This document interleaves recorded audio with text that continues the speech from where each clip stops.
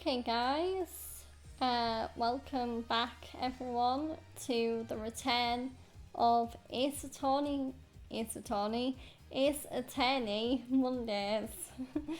I mean, it is weird that it said like attorney, like it's spelled with a U instead of because yeah, when you do look at the word attorney, you think it's attorney, but no, it's not. Anyway, yeah, welcome to the return of Ace Attorney Mondays. So, for those of you being like, wait, where's Mafia? Well, I recommend that you go and watch Friday's stream if you want to see the end of my Mafia The Old Country playthrough, because I did finish that game last week.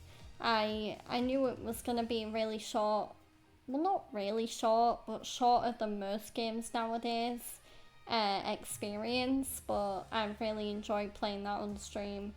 But yeah, it was short and very sweet, but we are back to Mafia was short and very sweet, but we are back to the 5 game cycle now. Although I don't know whether every stream this week will be 5 game cycle related, because I'm thinking of maybe watching, because obviously, for those of you not in the know, tomorrow, I don't know whether they've done this before. This is the first time I've heard of them doing it, but they are doing Gamescom opening night live, and I am very much considering watching that on stream.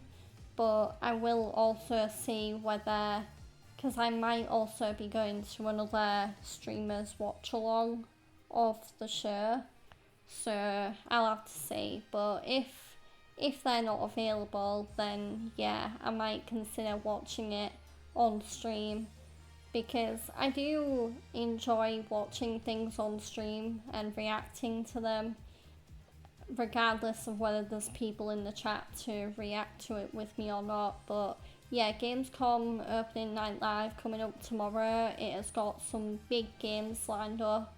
Resident Evil Requiem,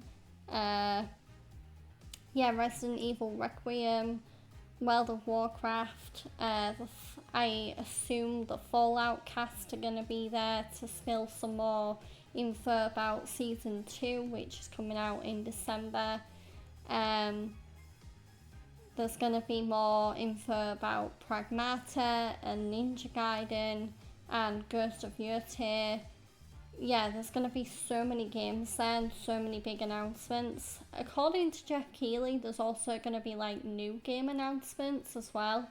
So it's pretty much going to be like another Summer Games Fest, if I had to guess. Also, there's going to be really nice live performances at Gamescom opening night live, because I am very excited, because the composers of Expedition 33 are going to be at the show, and they are going to be performing, I don't know whether they're performing just one song from the game or a medley of them, but yeah, they're going to be doing an Expedition 33 musical performance, so that should be really, really good.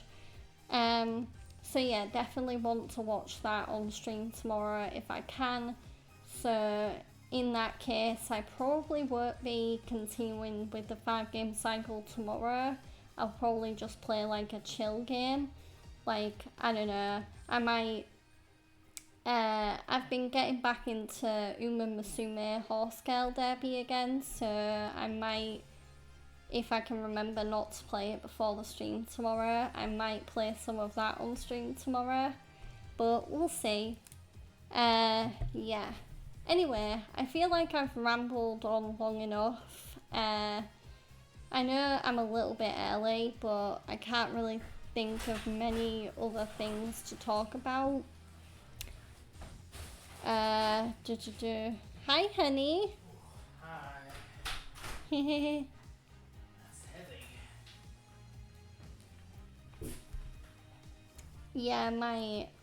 Yeah, Fred's just returned from shopping. So, yeah. But yeah, we're going to continue with Turnabout Corner today, which is the current case that we are on. And yeah, let's see if we can finally prove Wookie Kataki didn't kill Palmeractis. This is definitely... yeah, okay. It's been exactly 2 weeks since we last played this game, so it literally took me...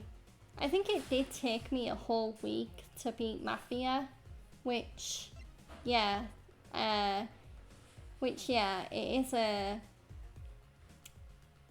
that is a short amount of time, but it is also like, a week. That is a little bit long, but I guess it's a bit in the middle. So here we are about to talk to Phoenix Wright, and let's ask him about what happened 7 years ago. So yeah, we're basically about to find out how he lost his badge, because he is no longer an attorney in this game. He is a pianist / secret gambler. So yeah, he's fallen on hard times. 7 years ago, I was standing in a courtroom on behalf of a client. The case involved the death of a certain magnificent genius. I'd be surprised if you hadn't heard about it. It was all over the news, I remember that. You were up against Prosecutor Gavin, weren't you? Yes, he was only 17 years old at the time. 17 years old? That's still high school. He took the bar exam abroad in Europe. They're progressive over there, you know. I was defeated by a 17-year-old newcomer. In my shame, I left the practice forever. That's all. That's all? How could that be all? What do you mean? What about what they were saying on the news about forged evidence? They said you forged evidence and had your attorney's badge stripped from you. Okay, let's ask about forged evidence. Tell me, how does it feel? How does it feel to stand here before Phoenix Wright, the forging attorney himself? How does it feel? I don't want to believe it's true. But what about what happened in my first trial? Didn't you notice in today's trial, there was a single piece of forged evidence? I'm talking about evidence that shouldn't have existed. A naughty magician's trick. Ahahaha. I don't see you jump into my defense on this one. Maybe I did forge evidence, maybe I didn't. It doesn't really matter now, does it? But I'm not an attorney anymore. That's the only truth you need to know. Mr. Wright looks like he doesn't want to talk about the accusations of forgery for now. Okay, so is there anything we can show to him?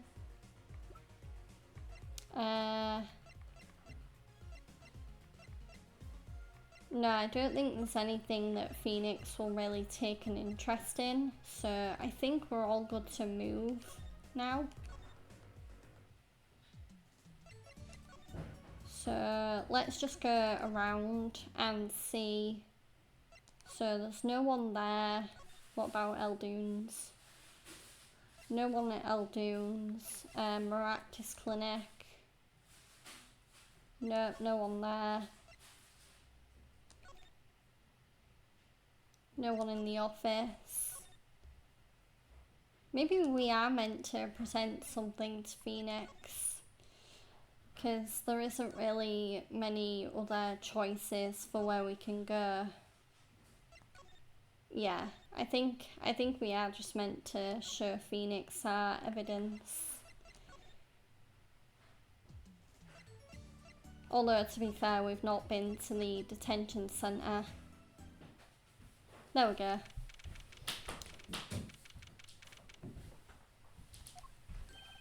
Don't cry, Angel. Daddy's back, and Daddy's... Oh, you again. Do you always have to announce your entrances like that?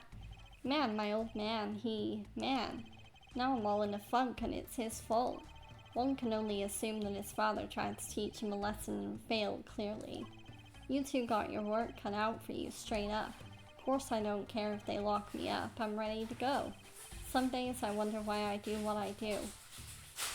Okay, let's talk to Rocky about guilty verdict. Hey man, you won't see me bugging about 1 or 2 guilty charges. But what if you're found guilty of murder? Hey, it's all experience. You feel me, shorty? Like a badge of honor.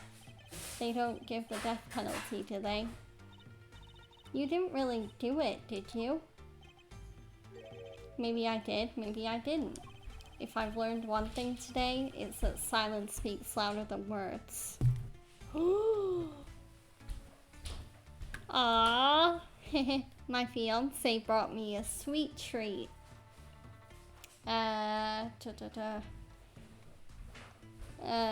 Okay. I'm probably gonna have to, I'll be right back. Hopefully this will only be like a 5-minute break, nothing longer. But I'm just gonna be back whilst I eat this. I'm gonna be off camera whilst I eat this snack. Is that on yours? Yes. Okay. I was about to say. But yeah, I'll be back soon.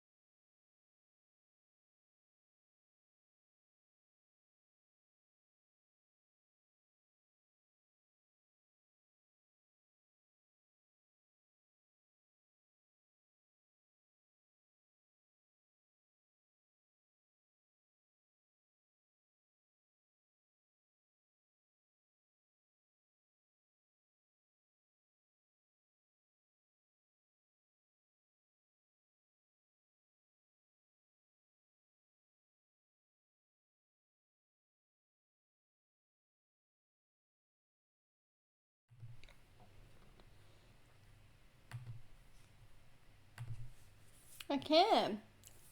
Well, that sweet treat was really nice, but I am back now.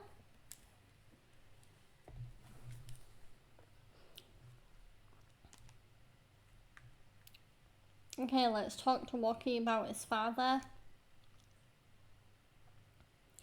Man, my old man is whack. Disappointing, that's what he is. I heard he wants to leave the mob. Over my dead body. I spent my life trying to keep it real, being an OG and never stepping down. Now my old man wants to go soft. Fine, let him. Just leave me out of it. The day I get out of the clink, that's the day Alita and I start the next generation of the Kitaki family. Please don't talk as though it's assumed you're going to jail for my sake. Okay, let's show Moki some evidence. So let's start with this chart. Huh? What's that? Some kind of x-ray? Wait. That's right, Walkie, it's yours. Hey look, I don't smoke or nothing. I'll live long, right? I don't think he gets it, Apollo. Ah, take a closer look. Here in particular. Where it says nurse, it's signed Alita Tiala. Ha, you lawyers do your homework. So, you met Miss Tiala when you... Yeah, I met her at the clinic, so... Could you tell us a bit about the circumstances of your meeting? Fine, I'll tell you how we met if you want to know that bad. Okay, Walkie and Alita. About half a year ago, I was shot during a little turf war with another family. I was ready to die, sure, but they came in and got me, hauled me off to the docks. The Maractus Clinic? That's where I met her, my fallen angel. You mean Alita Tiala? She was scared of me at first, turns out. But you know what they say, the bad guy always gets the ladies. Right. She was done with that clinic anyhow. So I was like, I'll take you on, woman. Straight gangster style. Guess what she said? What did she say? Come on, give it some thought. She said it real quiet like on the down low, know what I'm saying? Oh wait, hang on. I need to unpin my message.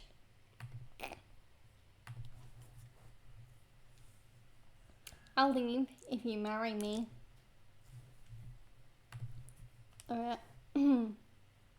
So that was the proposal. You know it, an oath of love right there in the hospital room.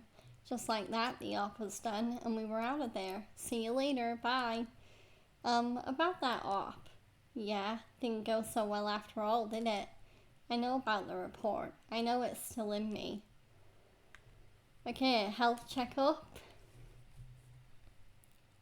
But first I'm gonna have a little hydration break.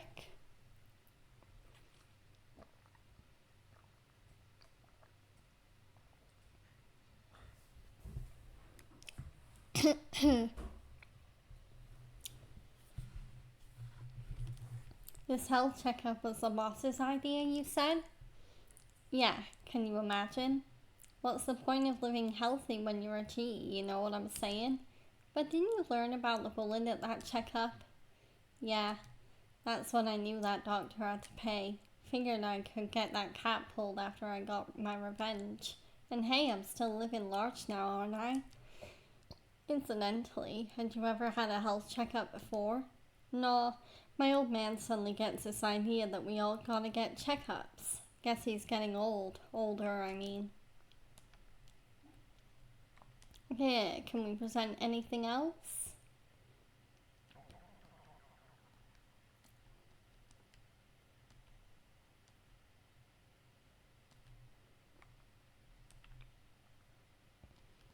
No.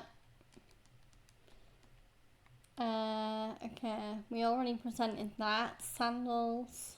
Walkie. You don't happen to recognize these, do you? Hey, sure I do. I was the one who bought them for her. For Miss Tiala?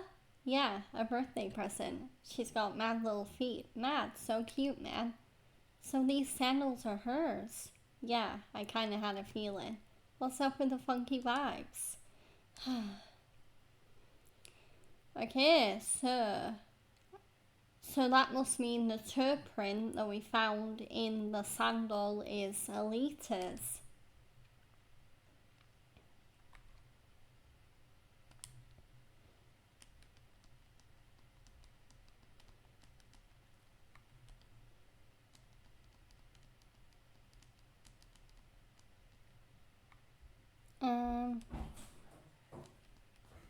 Nothing.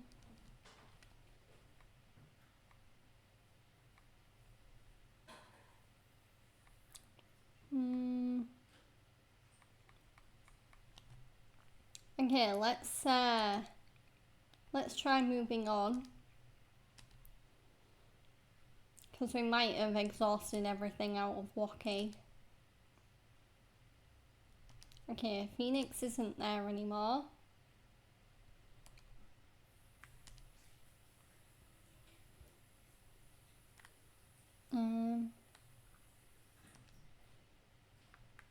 People Park? Okay,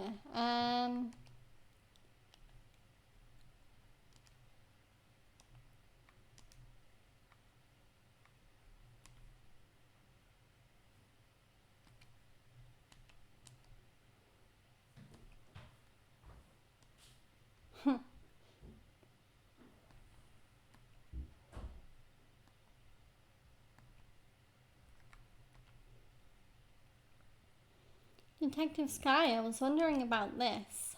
Trucy, wait, what? This bullet was inside the safe, right? That means the police don't know about it yet. Oh.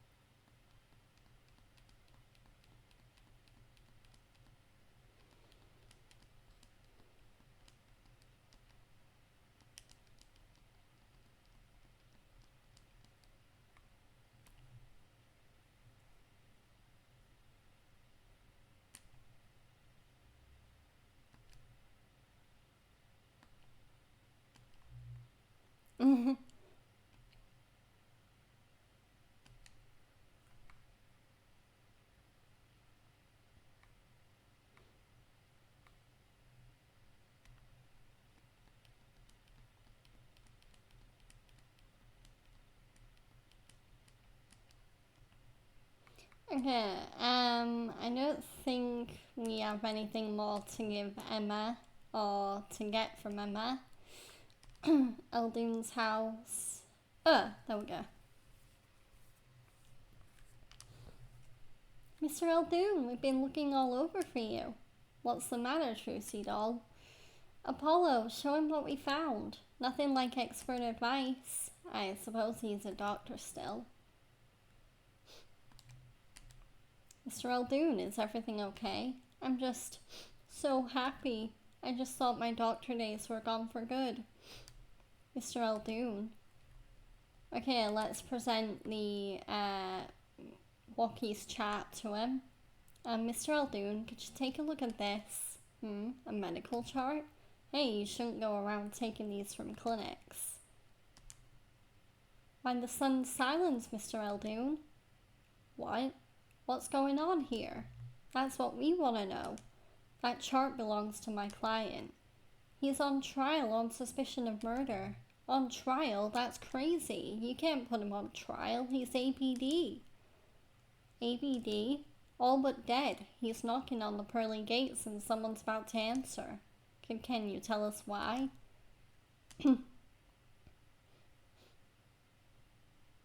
Oh my god. His hair was fake all along. Well, permit me to speak as a surgeon. You listen up good now, son. No way. It's like he's a completely different person. Okay, Wocky's chat. Well, according to this chart, this walkie-talkie feller's not doing so well. He's got a bullet right upside his heart. That's right. Yeah, but his chart talks about the post-op. In other words, the operation is already finished. But you can still see the bullet stuck in there. Why would it still be in there after the operation to remove it? Well, about the only reason I can think of is it was too tricky to operate on. What? That bullet snug as a bug there next to the aorta, which is connected to the heart. Heck, that scrap of metal's just surrounded by blood vessels. Kind of a miracle. 2 millimeters to either side, and there'd be some serious bleeding going on in there. Not something your average doc would be eager to fiddle with. You mean it took a miracle to get that bullet stuck where it is? It'd take more than a miracle to take it out. It'd take a magician. I'm only up to making rabbits disappear. I haven't learned bullets yet. Of course, with the heart pumping and lungs working, that bullet's on the move. I give him another half a year tops. But Loki's operation was already a half year ago. That's why I'm saying you're out of time. This kid shouldn't be on trial, he should be on an operating table. Great, just great. Okay, Maractus' dilemma. How can Dr. Maractus do such a terrible thing? How can he just leave that bullet in there? I got a pretty good idea of how he felt. An emergency operation, he's got the kid's chest open on the table, then he finds that bullet. That's despair right there, Trucy doll. Cold despair. Despair? About the only thing he could do is sew the boy back up. He wasn't exactly in the situation to go admitting he couldn't take it out. The Kitakis, you bet. This kid's their only son, I hear. So he skips the operation and Walkie's back on the street living his life.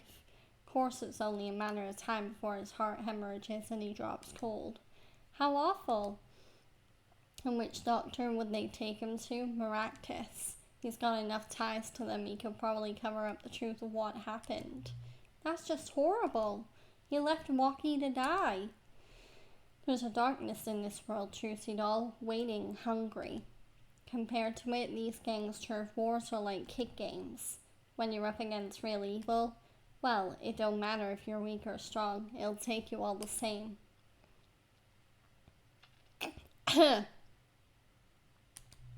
You were a surgeon, right, Mr. Eldoon? You could operate on Walkie, couldn't you? I wish. What? I'm afraid there ain't nobody in the country that could. Maybe not even in the world.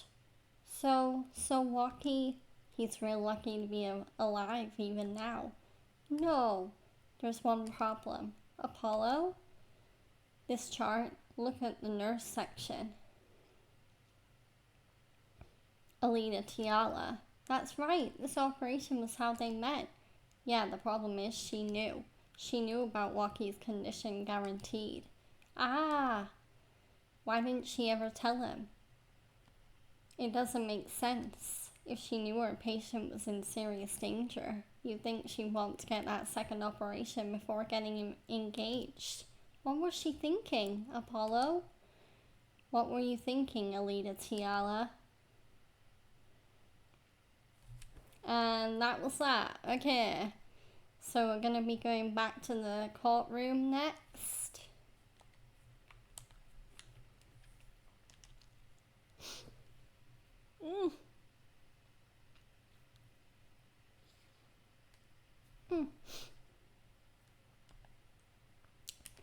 Don't mind me, my nose just got very, very tickly.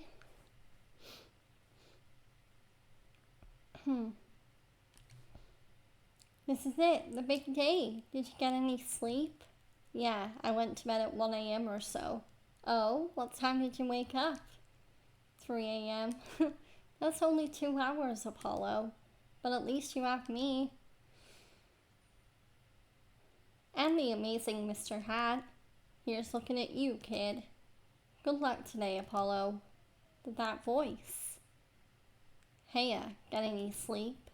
Mr. Wright. I was going out of my mind with boredom, so I signed myself out earlier today. Somehow that place makes fake piano playing at the Indochine pasta joint seem almost fun. Daddy, do you know who Prosecutor Gavin's witness is today? Take a guess. How about Lil Plum? Ahaha, that Sherman tank of a mom. Nope, guess again.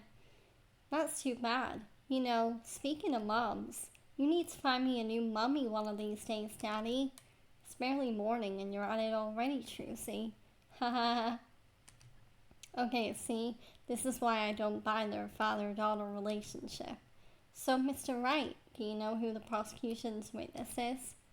Alita Tiala, your client's fiance. She's going to be a witness? But that seems odd. Why would she testify against her own fiance? You have to wonder what Gavin's up to.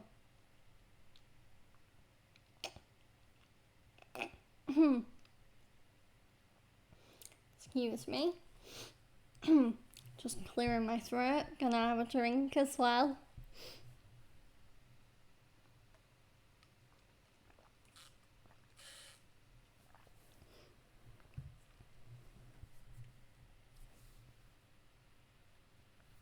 Something's going down today, that much is clear. Well, not to worry, I've got my panties back. If we can't find the killer, I'll pull one out of there.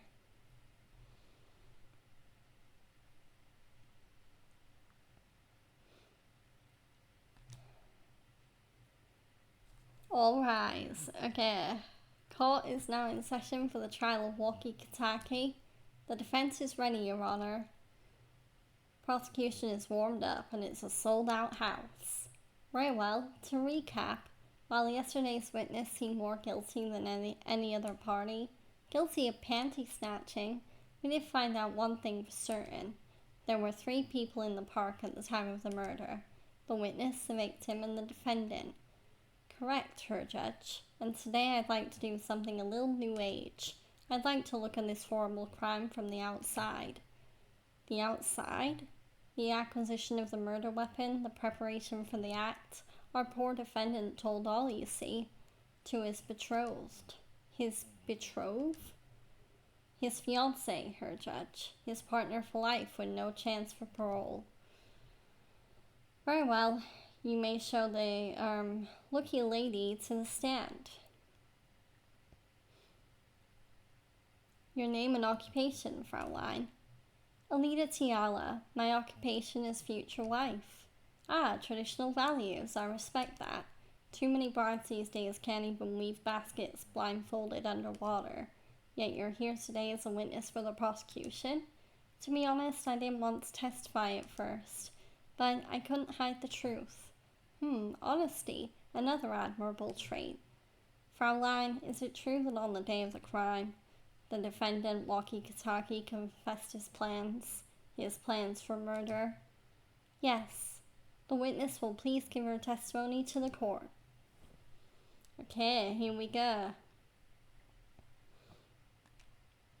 It was the day that the family health checkup results came back. When Walkie found out that Dr. Maractus had lied, he flew into a rage. I'll teach him, he said. He took one of the family's pistols, and you already know what happened that night. I just don't see how anyone but Walkie could have done it. So, the pistol did belong to the Kitaki family then? Yes, with regards to this, an investigation is underway at the Kitaki mansion on charges of the possession of illegal firearms. And the bullet that took the victim's life, was it fired from the pistol the defendant procured? Yes, this has been proven. How can you prove something like that?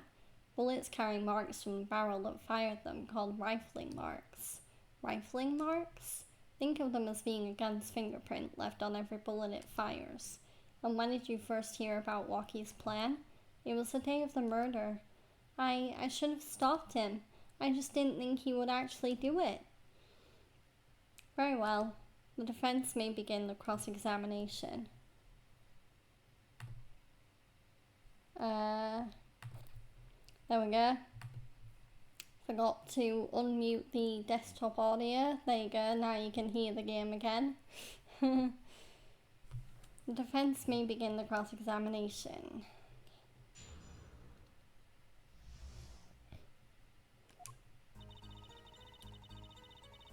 Suppress. That was the day of the murder, correct? Yes, everyone in the family received their checkup results that day. When Walkie looked at his face went so pale. But of course he had just found out he had a bullet in his chest. So, you were there at the time? Yes, poor Walkie.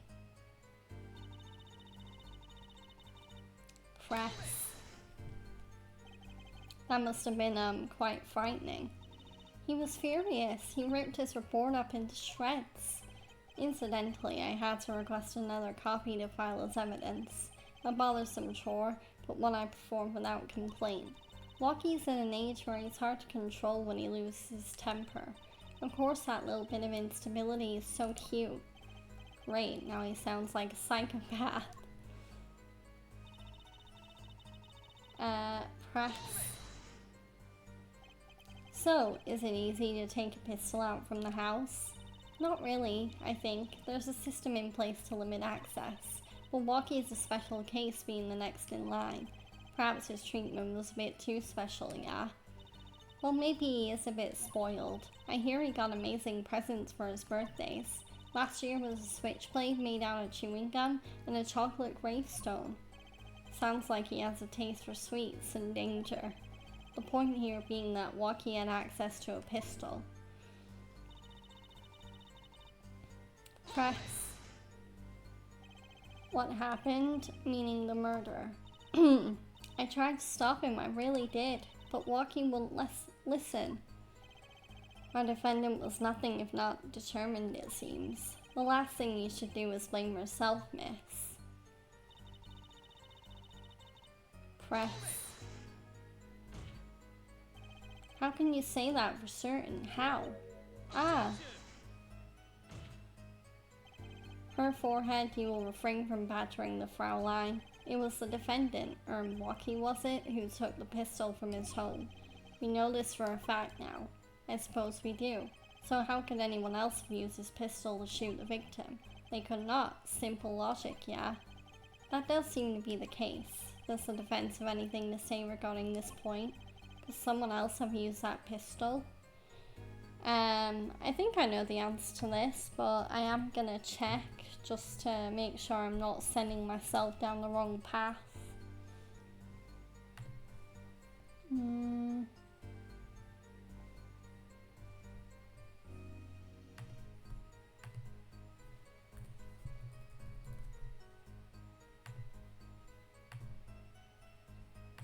Okay, turnabout corner.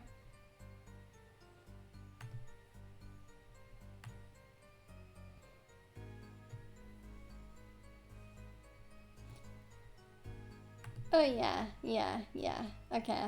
So yeah, I know where to go from here. Yeah. So that was another. Based on your testimony, there was clearly another. One other person had access to the pistol. What's this? Interesting. Let's ask the defense then. Tell the court who this other person with access was. Alita Tiala. Who else? So yeah, we're gonna get to, you know, pointing out the shoes and everything that we found belonging to Alita. Oh, my stupid throat.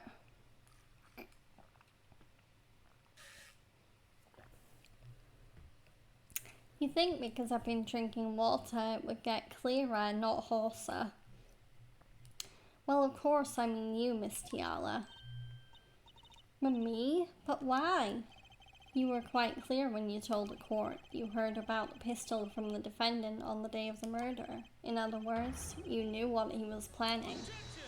Let me get this straight. You intend to tell us that this lady stole a pistol from her fiancé and killed a man in cold blood on his behalf? I've heard of people doing strange things for love, but this... It does seem a bit unfathomable, to be sure. I'm all for romance and for supporting your partner in life, to be sure, but I think I would hesitate at murder. I'd hope you do more than hesitate. But what if a different connection could be proven? A connection between the witness and the victim? We might find that she had a personal motive beyond wanting to help her fiancé. That will put things in a slightly different light. What possible connection are you suggesting here? You know what I'm starting to think? I'm starting to think that the police never looked inside the safe.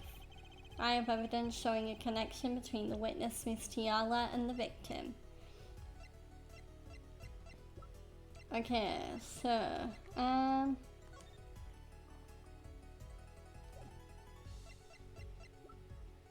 yeah, it's this one. Okay. Yep, let's present Walkie's chart. That looks like a medical chart. Found inside a safe at the Maractus Clinic. I'd like to draw the court's attention to the names written on the chart. What? Miss Tiala, whatever. Why is your name on this chart? Well, care to explain the meaning of this, Miss Tiala? I'm not sure what you mean by meaning, Mr. Justice. Our warm, I nearly said warm little, like baby style talk. Our warm little fiance just froze over. I was on staff in that clinic until half a year ago. It was boring, so I quit. That's all. Is there a problem with that? Miss Tiala, you testified that you had no connection to the victim, and I don't now. Now? I quit half a year ago, didn't I? So there's no connection. Let me guess, you're the kind of guy who can't rest until he knows every last detail of his girlfriend's past. Am I right? But that's not true at all. Why? I embrace the ones I love, past flaws and all. There's no connection now, doesn't fly in a court of law. Doesn't fly? She's one tough nut. She probably feels right at home with the Kitakis. You left your job at the Maractus Clinic, true, but you remain connected somehow. Very well, Mr. Justice. Show us evidence that proves the witness is still connected to the Maractus Clinic. Okay,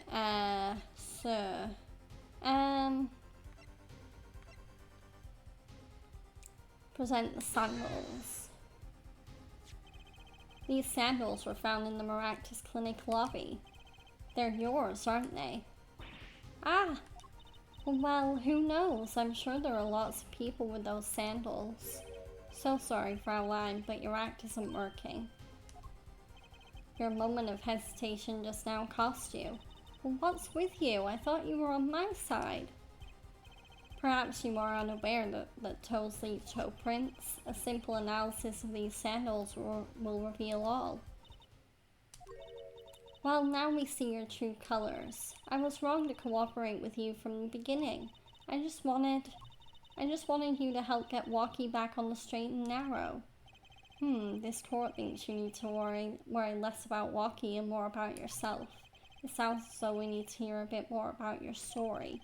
Your sandals were found in the entrance to the clinic, which means you went there on the day of the murder. Well, there's little point in denying it. Very well, the witness will tell us about the visit. Why did you go to the Maractus Clinic that day? Okay, a new testimony. The Maractus Clinic.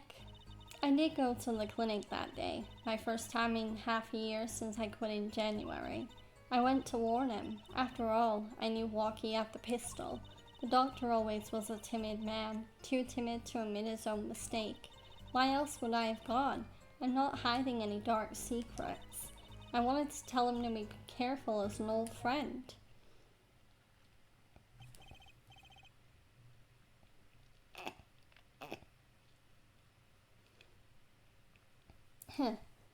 By mistake, you mean the mistake we heard about from the defendant? The botched operation? He was a timid, small man, but I never wished him harm. I just thought I should let him know, you know? That does make sense. Yes, but there is still one thing which does not. What's that, Prosecutor Gavin? The sandals left in the lobby, of course. We can assume she wore these sandals to the clinic, yeah? Then why did she not wear them home? If it were me, I would have worn them home. I would have worn those sandals home too. So why were the sandals left behind? Ack, he pointed out the contradiction before me. There's probably a good explanation for this, right, Miss Tiala? Say, for instance, there happened to be a similar pair of sandals there by which you wore home by mistake. Actually, that's right. I'm impressed, Mr. Gavin.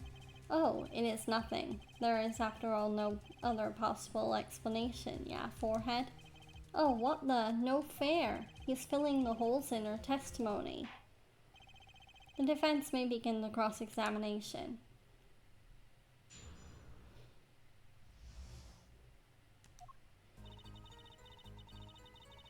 Okay, press. Around what time did you go to the clinic? I don't remember exactly, but it was after 9:30, I think. And that was the first time you had contacted Dr. Maractus in half a year. Of course it was. He wasn't the kind of boss you made friends with. So why did you go to the clinic that day? Press. Did you want Dr. Maractus to run away? Well, after I failed to stop Walkie, I thought that was the only other way to avoid the problem. Couldn't you have called? Why go in person? I called several times that evening, but no one was in. The victim was busy driving home until 9 p.m. that night, remember? This was proven by this mirror yesterday, yeah? I thought if I warned him, he would run away for sure. Knowing the doctor... Press. You mean that act of malpractice on Walkie, correct? If he had just told Walkie the truth in the beginning, none of this would have happened. True, that operation was the start of this whole affair. Oh, of course, if he'd told him, he might have been erased by the Katakis much earlier. A disturbing thought. We know the Maractus Clinic had ties to the Kataki family. He probably couldn't have gone to the police even if he wanted to. That's why I knew I had to warn him.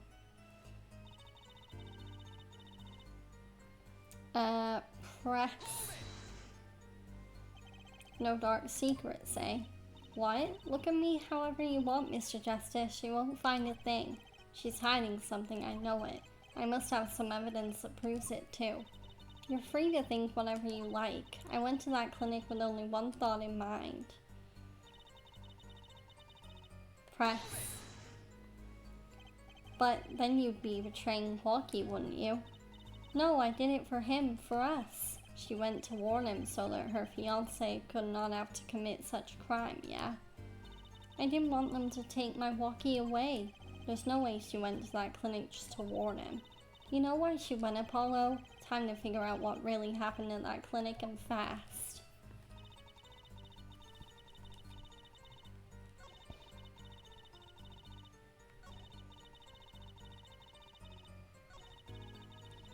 Okay,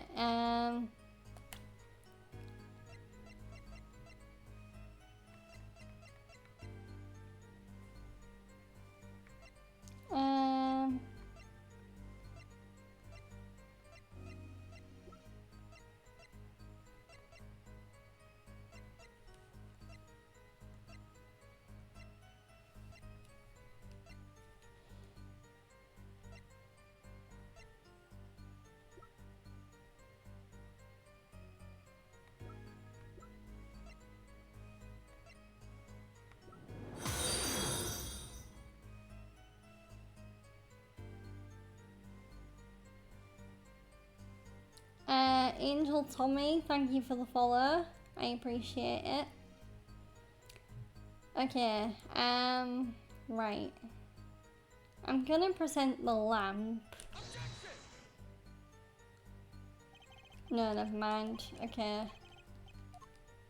Yeah, I'm jumping the gun a bit, I think. Do I have the right statement? I just want to check that before I...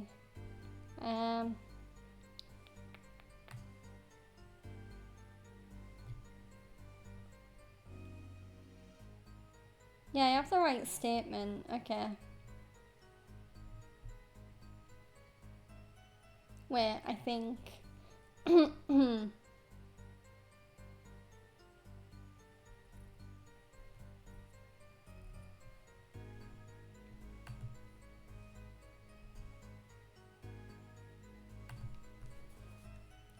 So,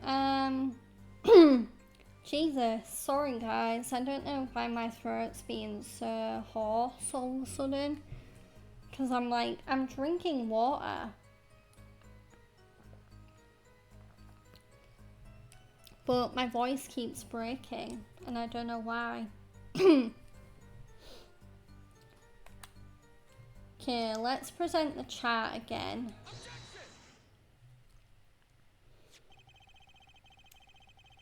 This chart was found inside a safe in the doctor's office. Yes. Why would this one chart be in that safe? Miss Tiala, you know why it was, don't you? Mind filling me in? Dr. Maractus didn't have the pleasure of making mistakes. That's why he wrote up a false report and kept the truth locked away. Bad, Herr Doctor. And this is where you come in, Miss Tiala. The nurse who filed this chart was you, which means you knew about Walkie's failed operation. Interesting. You were in the same position as Dr. Maractus. Kinda makes it hard to claim no connection, doesn't it? You're bold for a novice, I'll give you that. Mr. Justice, you must know I was only a nurse. The doctor is responsible for the chart's contents. This chart business seems to be quite important. Please amend your testimony accordingly. Too bad, little attorney. Oh, his bracelet reacted. Okay, it looks like we're gonna have to perceive some sort of tell. My bracelet's reacting again. What is it, Apollo? I felt my bracelet tighten just now. Your bracelet? Just like yesterday, like you said. When a witness is unsure of something, their nervous habit gives them away. But I can't see anything, Apollo. Eh? Then what's my bracelet reacting to? Wait, maybe. Yes, that has to be it. What has to be it? Your senses, Apollo. They must be sharper than mine. Huh? I can't see it, but you can sense it. I don't know about that, Trucy. I don't have some kind of special power or anything. Listen to me, Apollo. There's a weak point somewhere in Miss Tiala's testimony, but we don't know what her nervous habit is. Well, then what do? You have to perceive it yourself, Apollo, with your eyes and your senses. And it's up to me and my bracelet. I don't know why, but the bracelet helps. Somehow, touching it helps me focus.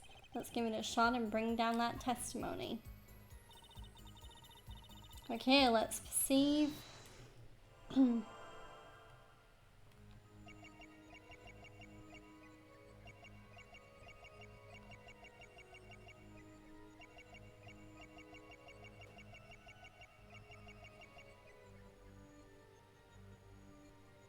Here again.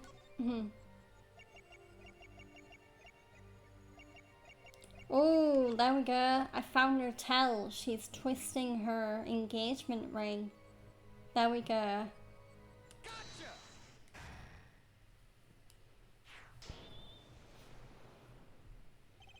Why go to the clinic for a half-year-old chart now, you ask? But you know why you would go now, don't you? I don't know what you're talking about.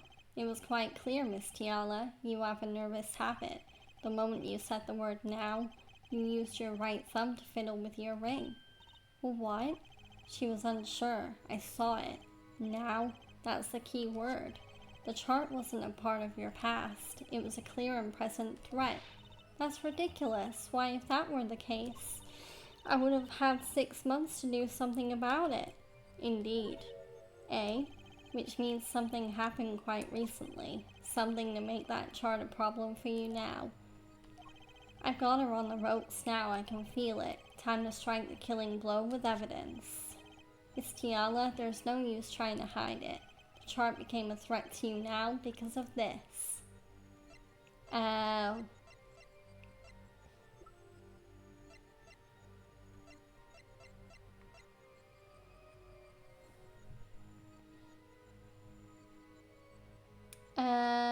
Walkie's checkup report? A health checkup report belonging to the defendant. The Kitakis are trying to get out of the business. The health checkup this month was their first ever.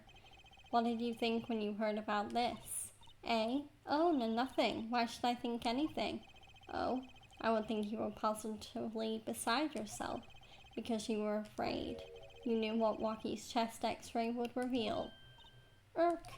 A full half-year had passed since the operation. You thought you were home free when the chart came back to haunt you. Eek.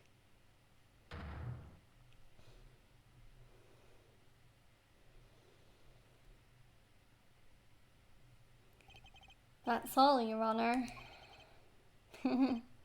What just happened? Did the witness just admit to lying? I sensed it. There was a great aura emanating from her forehead. Very cool. So, the lady was lying, it seems. That's correct. She said she had no connection to the Maractus Clinic, but her connection was deep indeed. A bit too deep. If the Kataki's got a hold of this chart with her name, she'd be finished. Isn't that right, Miss Tiala? You guessed it. Oh, interesting. Order, order! I did it. I broke her testimony. Amazing, Apollo. I didn't see it at all. Daddy was right about you. Wait. Miss Tiala, it's true that chart was bad news for me. That's why I went to meet the doctor that day. But that's all. I told him about Walkie and went home. It appears this cross-examination is far from over. Well, what? She hid the truth from us, this is clear, yet it is not clear that this truth has anything to do with the case at hand. Very well, the witness will add this to her testimony, and we'll have a bit more cross-examination. Grr, I was so close. You're still close. Keep on her, Apollo. Nothing happened at all. I warned him and left. Okay, I'm gonna... Okay,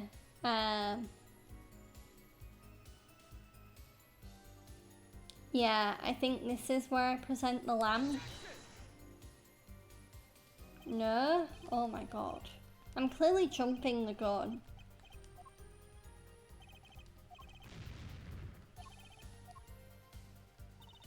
So, yeah, there has to be something on that statement.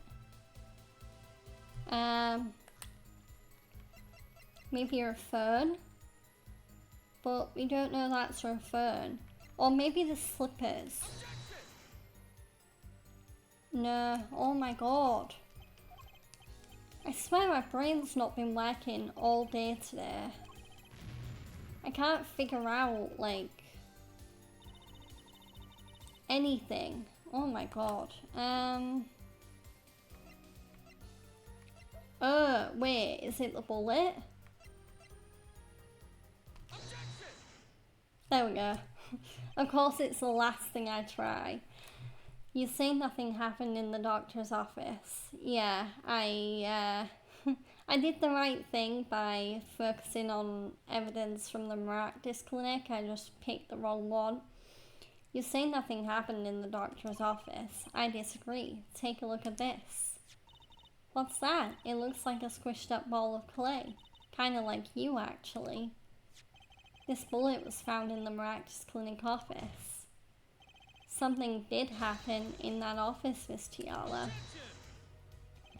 Enough of this joking around. The police investigated that clinic. Ah, but this was stuck inside the doctor's safe. Inside the safe? I guess the police didn't check that far. But there is a problem. How can you say that bullet was fired on that day? Weren't you the one who explained rifling marks to us? The pistol was taken from the Kataki mansion that day. If the marks on this bullet match the murder weapon, then that proves a firearm was discharged in that office on the day of the murder. Not bad, her forehead. Bailiff, have this bullet analyzed immediately. 30 minutes later, a report arrives. The rifling marks on both bullets are identical. So we now know, because the murder weapon was fired twice, we now know it was initially fired in Maractus' office, and then someone who everyone seems to think is Walkie used it at the park to kill Maractus. Well,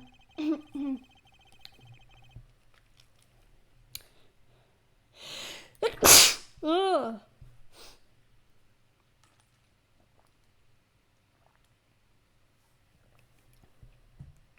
Bless me. Sorry about that, guys. Seems as though the bullet in the safe was fired from the murder weapon. Perhaps the defense would like to state their position.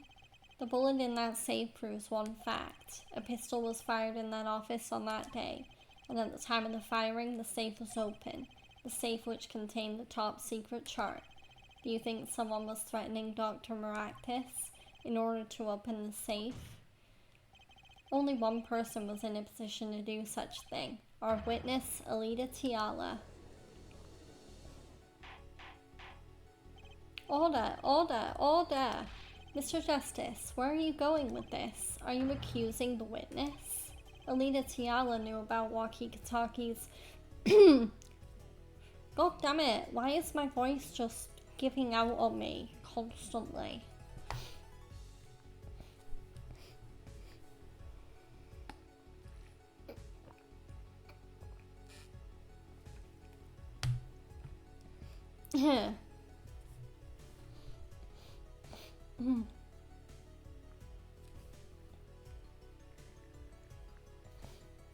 Alina Tiala knew about Walkie-Talkie's botched operation. She got engaged to him without telling him about it. As long as that bullet remained in his chest, his days were numbered. What if she married him and then the bullet finally reached its destination? Well, what? That reminds me. Apparently, the Kitakis have been asserting themselves in lawful business practices. They're making quite a great... Jesus! What?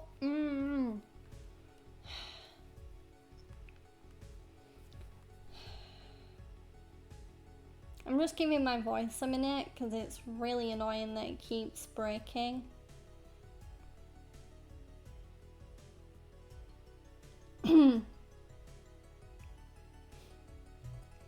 They're making quite a great deal of money. A fortune, if you will. Nefarious, so... go away, bot. Now is really not the time. Not when shit's annoying me enough already. Okay. Nefarious, so she planned to marry him just to get her hands on this fortune. Hold it. You keep talking trash about my Alida, and I'll sue you, lawyer man. Huh? Me? Yeah, you said you'd abuse my Alida. I think you mean accuse? Same difference. Well, you can't have her. She's mine. It was me. I shot that doctor. Me. He left me to die, so I left him to die too. There in that park. Walkie, just cool down a second, please. You keep your hands off my Alida, or I'll...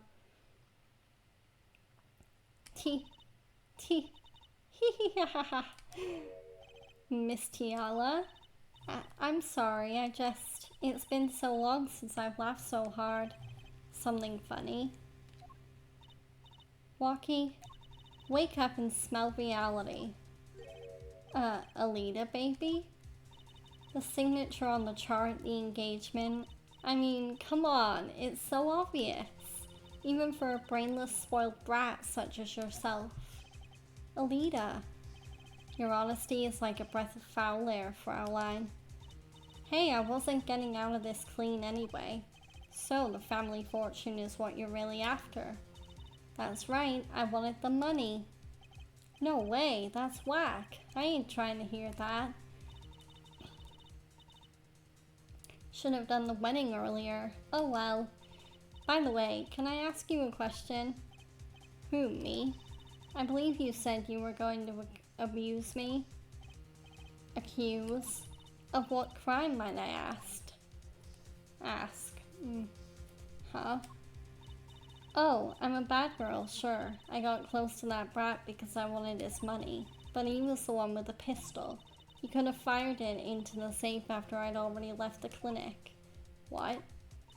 I would never do a thing like that. It was definitely that silly brat. Wait, but what are you talking about, Trucy? You had the most to lose if that chart was found. But I didn't have a pistol now, did I? Well, you could have taken walkies. You think he'd have mentioned that, no? All I've heard him say is it was me, I shot him. That's only because he's trying to protect you. Sorry to intrude in this lovely conversation. But the two of you are forgetting one critical point. What point? Certainly, the Fraulein wanted that chart. You assume she threatened the doctor into opening that safe, but then, wouldn't she have taken the chart? Oh, you see, that chart wouldn't have been left in the safe. Ack, he's right. Miss Tiala, yes? It is clear to this court that you are not a very good fiancé. Oh, I'm flattered. Perhaps it's time you told us the truth. Tell us about yourself, including your actions and whereabouts on that day. Don't forget, we've proven that you were at the Maractus Clinic on the day of the crime.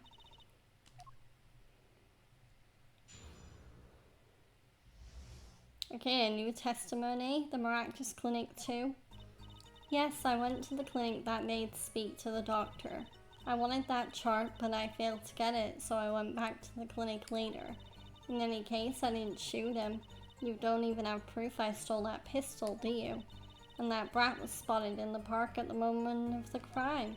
Frankly, I don't think it matters if Dr. Maractus was shot in the temple or not. You went back later? That chart was dangerous, you understand? I needed to get rid of it, that's why I went that day. But you couldn't get the chart then, could you? And later that night, Dr. Maractus was shot. I heard about the shooting, waited a day, but then I had to go back. No easy feat with the cops all over the place. Ah, that was you? Oh, that was Alita that made that noise earlier in the investigation. Ah, Apollo, that sound, it came from behind the store. Someone's in there. A break-in, they left through that window. So you were the burglar. That was you too? If only I had one more minute. Then I could have opened that safe and gotten the chart. What? That's trespassing and brazen at that. Oh, is this a trial for trespassing now? Besides, you can't blame a girl for wanting to protect herself. They are gangsters, you know. In any case, Mr. Justice, your cross-examination. Admitting the little crime to avoid the big one, eh?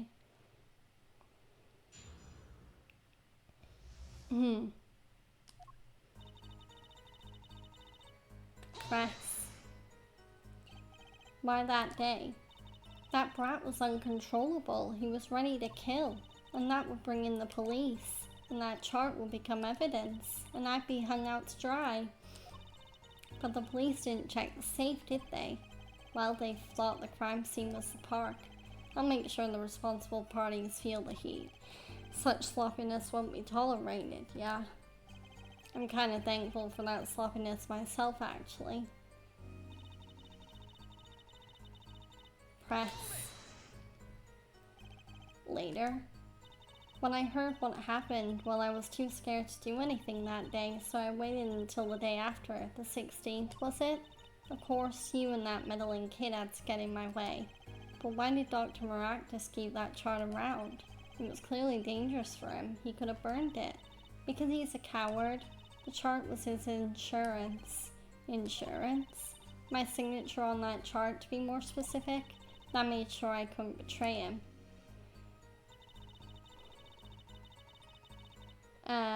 Press. But you could have stolen it. Could have? Is this some new definition of proof? We'll ask Walkie, he'll tell us.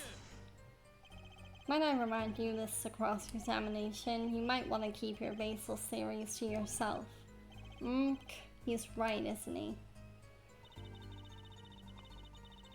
Press. Yeah, but, But what? You have nothing to say. This case is over. It was over the moment that brat was seen in the park. What's the point in dragging it out any further?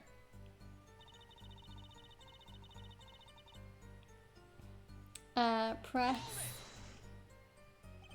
The doctor was shot in the right temple, yes. So it seems. Let's review the facts again, shall we? If the killer shot from this location, the bullet would have struck our victim square in the forehead. However, the entry wound was in the right temple. Yes, we heard testimony on this yesterday. At the time of the shooting, the witness was standing here. Just before the gun was fired, he shouted. The victim turned his head to look and was shot. But that testimony was proven to be a lie. Our egregious panty snatcher, Mr. Stickler, did witness the crime, but he was standing to the north, next to the trash can where he tossed those panties. If Mr. Stickler shouted from this location, the bullet couldn't hit his right temple. Silly attorney. What? Do you remember what you had for breakfast that morning? Do you remember, Trucy? I always have a glass of milk for breakfast. What matters is one thing. The doctor was shot in his right temple. If that's the case, there can only be one explanation. The panties guy was mistaken. But its location was proven. You can't write that off as him being mistaken. Then why don't you show us her forehead? Show you what? Must I explain everything? Very well, let's recap. If the witness panties guy was standing to the north, then where was the shooter standing? From what location did the killer shoot the victim? But wait, if the witness was standing there, how could anyone shoot the victim in the right temple? Ahahaha, I merely laid out the facts for us. It is up to the one possessing the shiny forehead to show us. If you can, that is. Walkie Kataki was standing at the killer mark, Wesley Stickler at the witness mark, and of course Poweractus was at the victim mark. Let's hear what the defense has to say. Where was the killer standing when they shot the victim? I think they were standing someplace else, and I'm gonna check that just to make sure.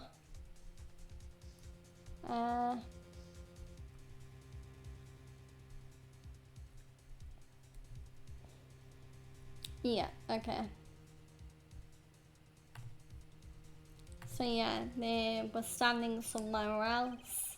As the facts stand now, we can't explain this crime without contradicting ourselves at some point. But I know why. The real killer shot from an entirely different location. What are you talking about? I don't see any other place. Apparently, Mr. Justice does. Let's hear it.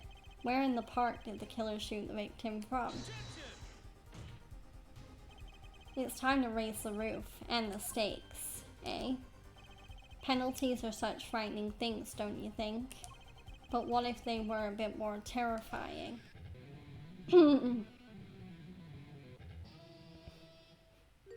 Oh no, my full bar likes the double penalty.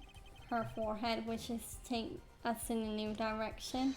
Then he must be ready for the challenges ahead. Challenge accepted. It's justice time. Are you sure, Apollo? The key is the witness, Mr. Stickler's testimony. If we believe that, and we know where he stood, and the victim turned when he shouted, there's only one place the killer could have been.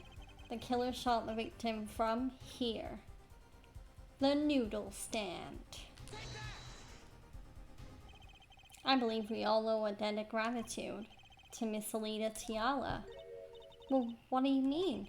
Thanks to you, we had a chance to review the crime. And this time, we were prepared.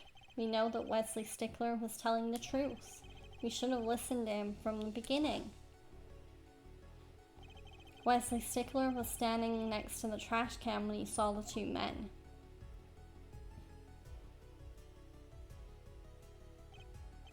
He shouted just as he told us in his testimony. And the victim turned to look in his direction. A shot was fired. The victim was hit in the right temple. Oh no. Oh yes. Which direction was his right temple facing at that moment? That's right, towards the noodle stand. Order, order, order. So you're saying the killer was inside the noodle stand? Let's think about this a bit more, shall we? You say the killer was inside the noodle stand, which would mean the victim, Dr. Maractus, came to the park, wheeling his own murderer in the cart behind him. This is the most ridiculous thing I've ever heard. I think you noticed if you were pulling someone along. There's something we should worry about before that. Why was he pulling the noodle stand in the first place? Let's deal with our problems one at a time, shall we? Someone was hiding in the stand. We have not come this far to talk about possibilities. Let's talk about proof, baby. Show us evidence that proves someone was in that stand. Can I prove that? You want evidence that someone was in that stand? Well, I think we've got it. Yeah. Yeah, we have. Okay, yeah. And it's exactly what I'm thinking too. Okay. I've got it right here. Intriguing. Let's see what you've got. Show us proof that someone was hiding in the noodle stand.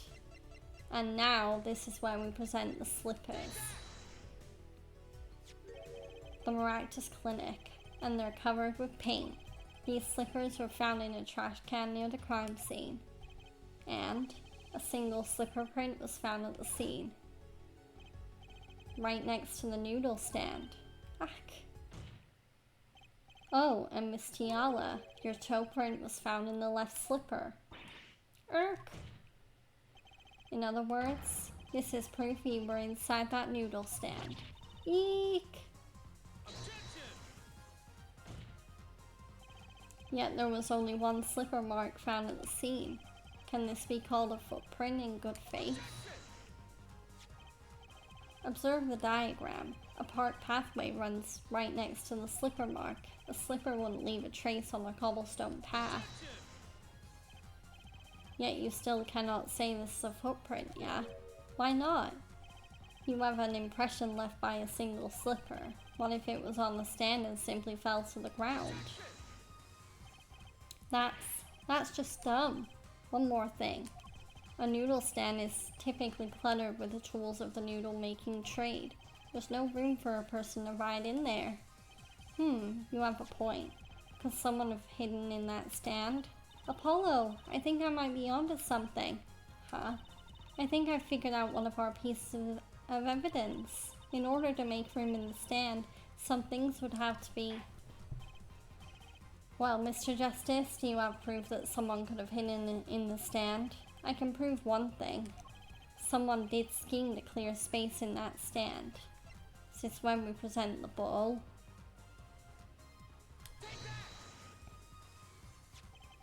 This is a noodle bowl from the stolen Eldoon's Noodles noodle stand. Yes, and what about it?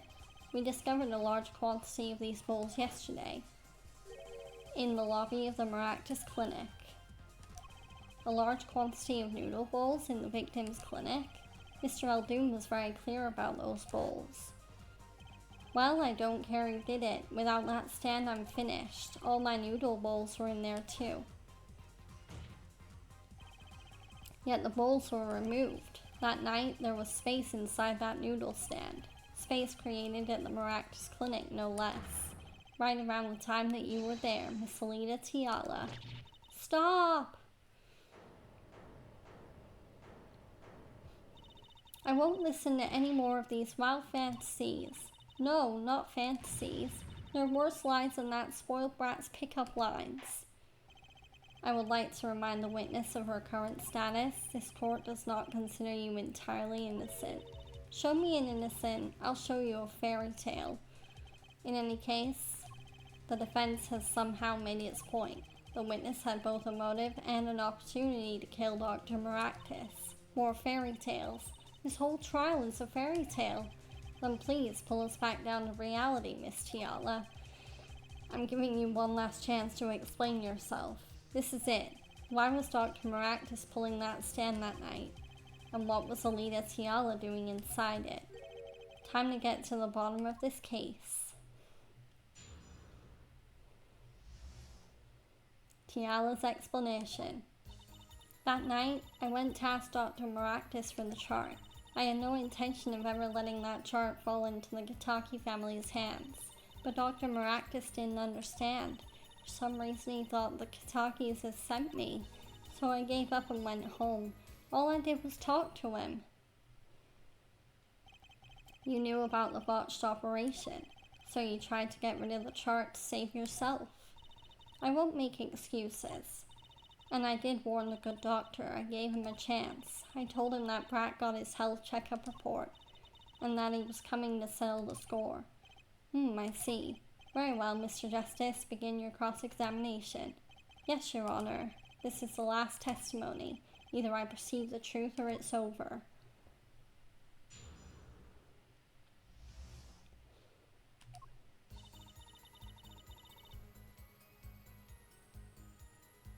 So I need to look for a statement where Alita seems like she's acting different.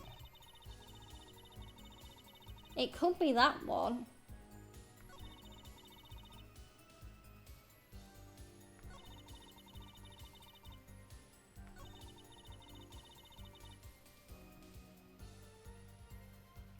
I think that might be the statement. So, yeah. But then we might have to... Yeah, I think... Yeah, I'm gonna check, but I do think I need to perceive this statement.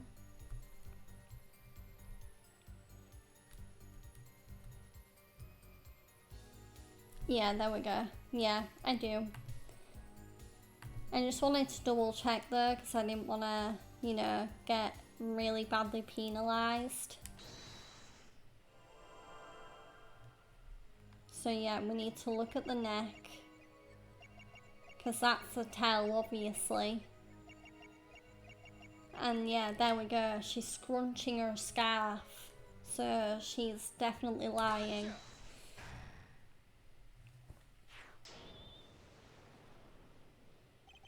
All I did was talk and lie. Well, what? Show me proof. I'm pretty sure about this one. I think I'm getting the hang of this. A little slip in confidence and they give it all away. The proof is you, Miss Tiala. Huh? All I did was talk to him, you claim. Yet you can't hide your own nervous twitch when you say those words. My twitch? What are you talking about? You have a habit of scratching the area of your neck around the edge of your scarf. What?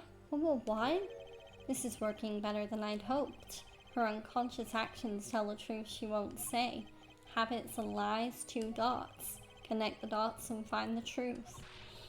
Don't look at me like that. I told you the truth. It seems that when you recall what really happened in that office, you can't keep your hands off your neck, can you?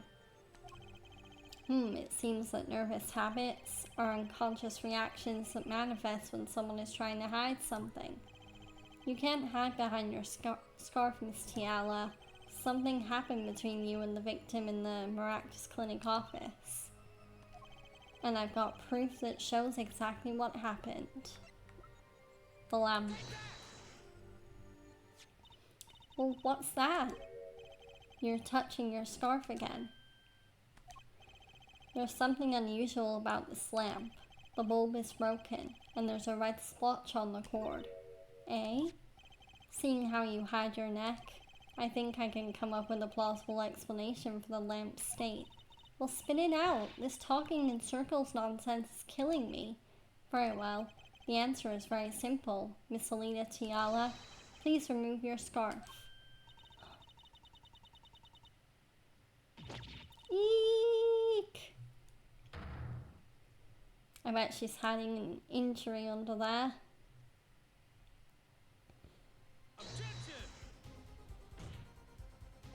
This is a trial to determine what happened in the park, yet we seem to have drifted off target.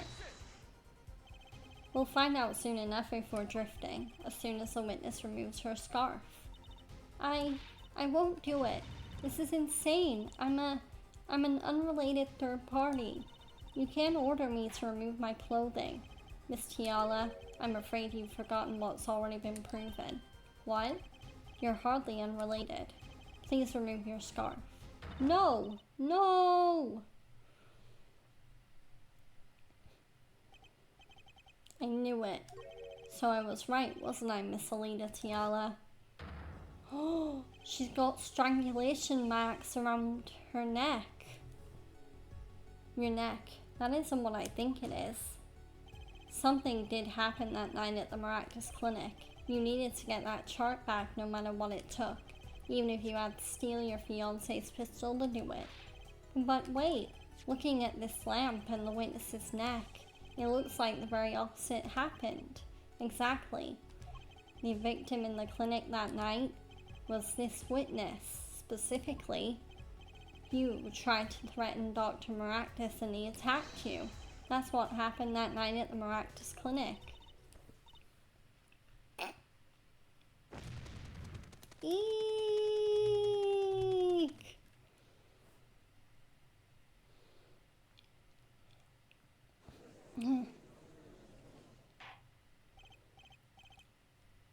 Order, order, order. Will someone please tell me what really happened? I told you the truth already. I went to the clinic that night to warn Dr. Maractus. That gangster knows everything. He's coming for you. Looks like my clinic's seen its last patient. We have to get rid of that chart. Quick, open your safe. Give it to me. So you can save your own skin. What? I know what you're up to. You want in with the family. And if they see that chart, you're finished. Leaving me holding the short straw. But if I'm going down, I'll want some company. You. And what happened next?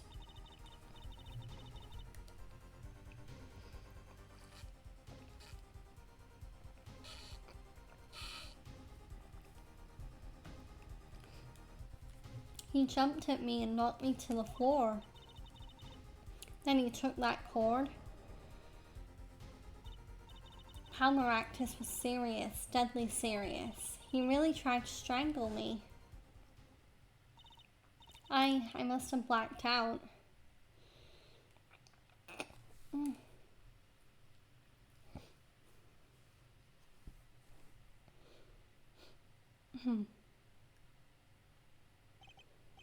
So you were the victim, and the red splotch on the cord was your lipstick. I didn't want to remember that night. That's why I didn't bring it up. There, are you happy now? I was out cold, almost killed, and you claim I then snuck into that noodle stand, but how could I? Ack. Well, one thing is clear. We now know what really happened at the Maractus Clinic, and it would seem that our victim was not entirely without blame himself. I'm sorry. I get so nervous just thinking of it, it's hard to breathe. I've told you everything. Can I go home now? You bear some responsibility for events that day, true. Yet if you were also a victim, this court would owe you some sympathy. Well, Mr. Justice, I believe this clears up the remaining questions for Miss Tiala. When did this happen? Suddenly everyone's sympathizing with her. I don't know what to think anymore, Apollo. I mean, is that it? Do we know everything we need to know about Miss Tiala? Very well. This finishes the cross-examination of this. Clavier's strumming a chord. Heh heh heh heh. Not so fast, this party is just getting started. Now we rock. Well, what? Those spikes on your head are softer than they look. Or do you not have the stomach to go all the way? Prosecutor Gavin, Pal Maractus choked Alita Tiala. She fell unconscious. But what happened next? He's right, there's more we don't know. But she was choked hard enough to leave that mark. She would have been out for a while. Even still, what if it was her in that noodle stand? Alita Tiala half dead, Dr. Maractus pulling that stand, and a bullet fired from inside the noodle stand. What if it's all true? We might have already figured out what truly happened that night. Miss Alita Tiala, as you can see, we're not through with you just yet. You really want to blame me for this murder, don't you? You too, Prosecutor Gavin. Me? Fraulein, I only wish to know the truth. Well, let's go back over what we've learned up until now. On the day of the murder, Walkie saw his checkup report, from which he learned about the bullet still inside him. So, he took a pistol from the family stash, with the intent to give Dr. Maractus some of his own medicine, and Miss Tiala heard about this from Walkie, so she went to the Maractus clinic ahead of him, in order to get rid of the chart with her signature. But then, something happened. Sounds like you figured it all out, but remember, I was the victim. I was out cold. But what about Dr. Maractus? That does seem to be the problem. He had just strangled Alita Tiala, perhaps he thought, to death. What did he do after his crime? I was just knocked out, not dead. From the state of his clinic and the scene in the park, I think it's clear what the good doctor did next. Okay, I'm gonna need to, clear my nose for a second, so I'm gonna mute my mic.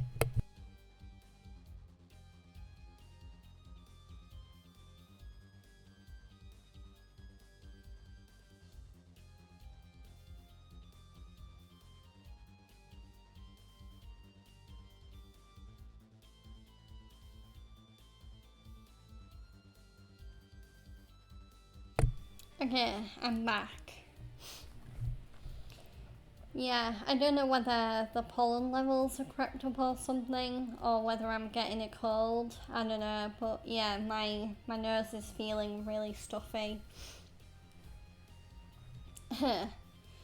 Well, her forehead, care to guess? Well, Mr. Justice, what did Dr. Maractus do? Maybe he did think he killed Alita Tiala. Do I have evidence to show what he did next? I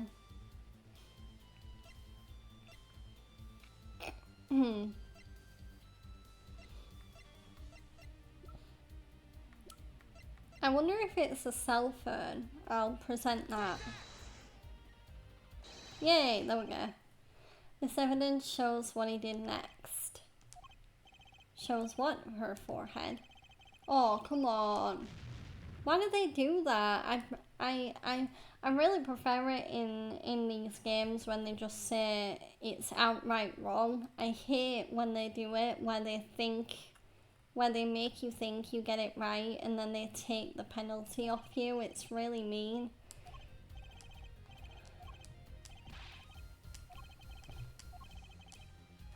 Okay.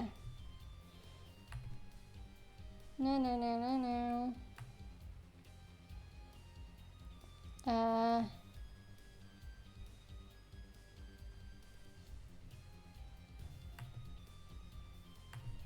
Yeah, it's more obvious than that. It's the noodle stand. There we go. As his next move, Dr. Maractus stole Gael Doon's noodle stand. What? Killing me disturbed him that much? So much he randomly stole a noodle stand? It wasn't so random. Remember all the bowls in the clinic's foyer? Bowls that belonged inside the stand? I think it's pretty obvious, don't you? That stand was at the clinic. However, the question is, why did he remove the bowls? Maybe because the stand was heavy? Or he wanted to put something in the stand in their place? Ah, wait, you don't mean I do.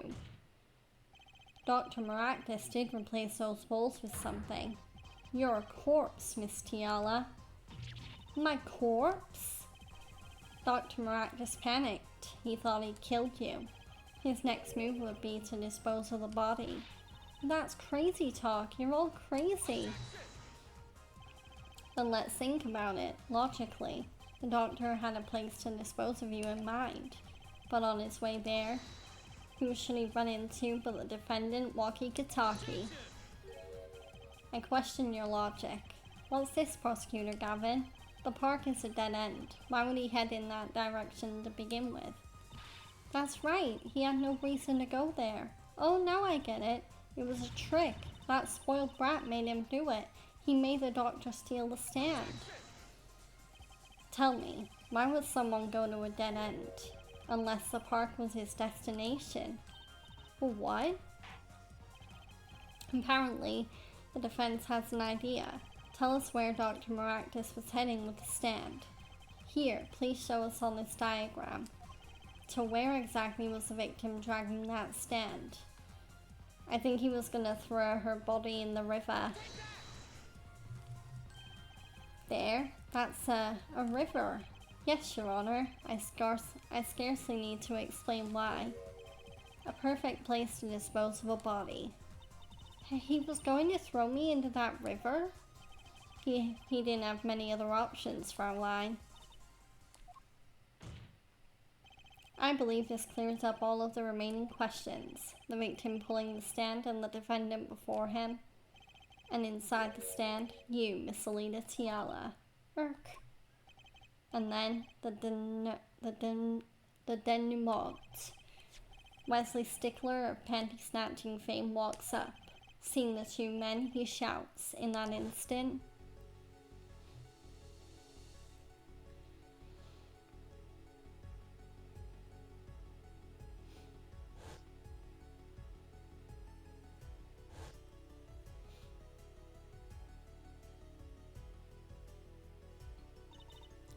So, I shot him?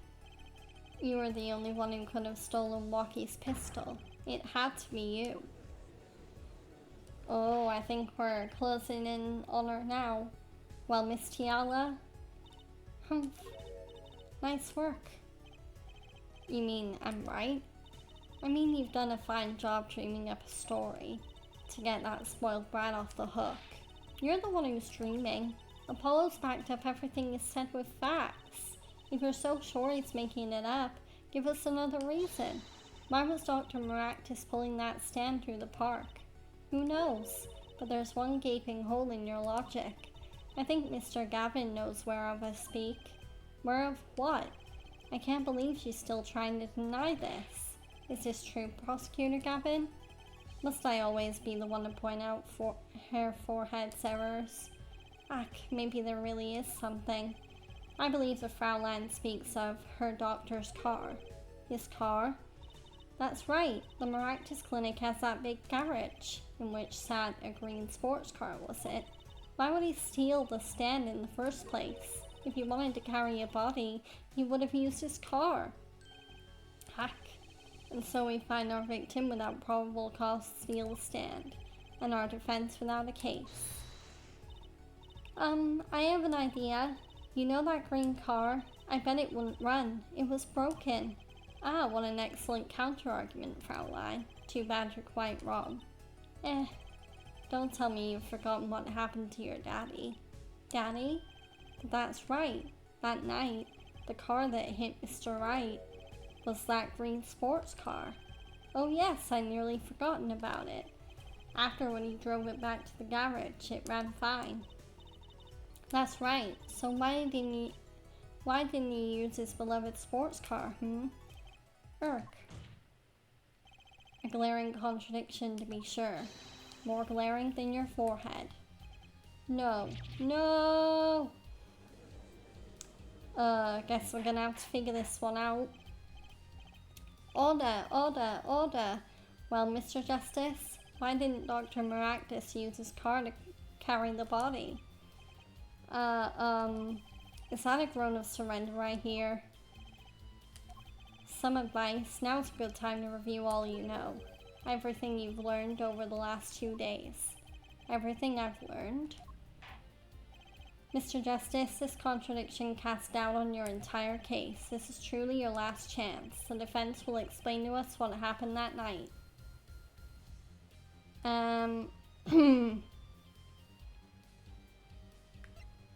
I think the car didn't run, but I'm gonna check just because I am running very low on like, you know, if I get this wrong, I think I'll get a game over. The car didn't run. Okay. So yeah, the right answer is the car didn't run. And I'm gonna show you why. I have an idea. It's all coming together. That night, the Dr. Maractus couldn't use his car. Ha, now you're making even less sense than usual. Not according to my information, Miss Tiala. Put one and one together and the explanation is simple. If it's so simple, perhaps you can show us some evidence. Show us proof why the car wouldn't run that night. Because Trucy's panties were stuck in the exhaust pipe of the car. Let's see now. Panties again? All sorts of things come out of my panties. Even the truth. Another crime was committed the night of the murder. The theft of these panties, the latest in a string of similar thefts actually. But that night, the snatcher was caught in the act. A brave young girl chased the thief until he hid. In the Maractus Clinic garage.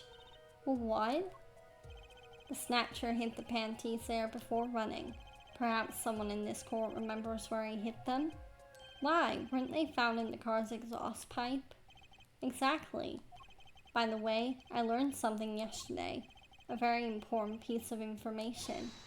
And I learned it from you, Prosecutor Gavin. So you were here investigating? And I was on my way home when my hog gave up the ghost. Your hog?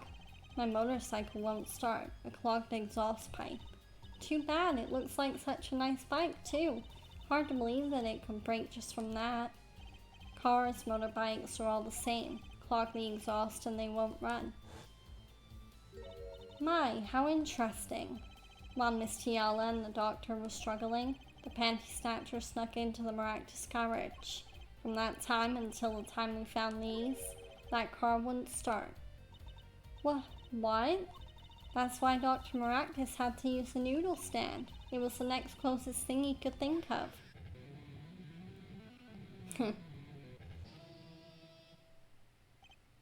Well, Miss Tiala, this wraps your doubts up quite nicely, I think.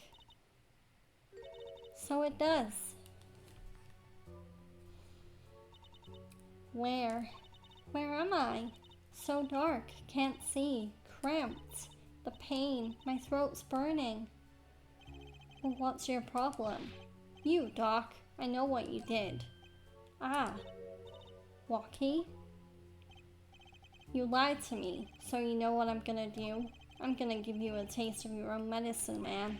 Well, wait, let me explain. But fine, I'll give you your last request. Listen, you're being tricked, but not how you think. It's not just me. No! He'll ruin everything. I have to stop him. Cease this at once, you two.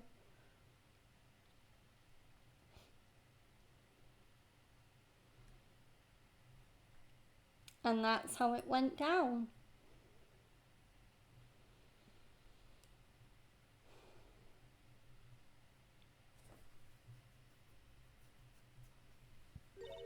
Funny, this isn't the way it was supposed to turn out. Oh well, too bad.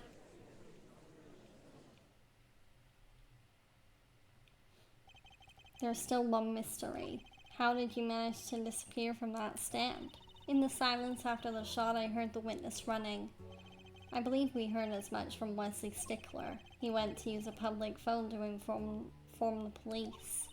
Which is when I made my escape. Which is when you left that slipper print.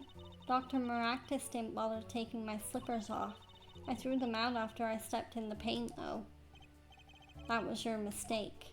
No, my biggest mistake was coming to you for help, Mr. Justice. I believed in you. You and your anything agency. If anyone would get Walkie to declare guilty, it was you. Well, it's just too bad that we're too good of a lawyer for that to happen.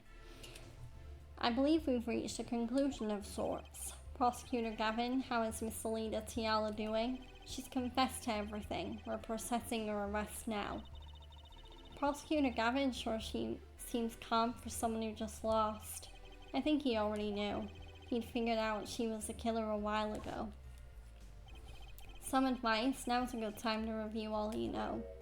Everything you've learned over the last 2 days. He lost, but I didn't exactly win either. Something the matter, her forehead? Looks like it's time to announce a verdict. Not guilty! Yay! And with that, the first case in Apollo Justice's attorney has drawn to a close. Court is adjourned.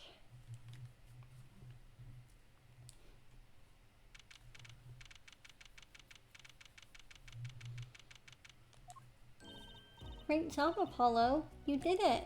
Yeah, we did somehow. Walkie's off the hook. Free to become the gangster he's always wanted to be. And he asked you to think. Hey, attorney man.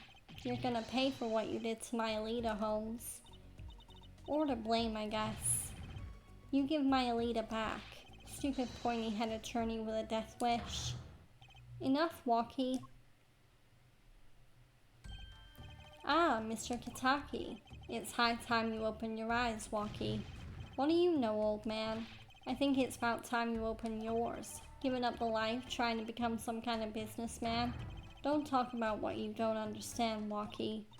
I'm afraid the guard is going to throw them both out. If not in jail, wouldn't that be a happy ending? Hey, maybe we can help them out. We know why Mr. Kitaki needs to make so much money. Maybe we should tell Walkie. Oh, Walkie, Apollo has something to tell you. Huh? I do. Way to put me on the spot. What's that? Show him the reason why, Apollo. Why is Mr. Kitaki trying to become a businessman? Yeah, why is he trying to become a businessman?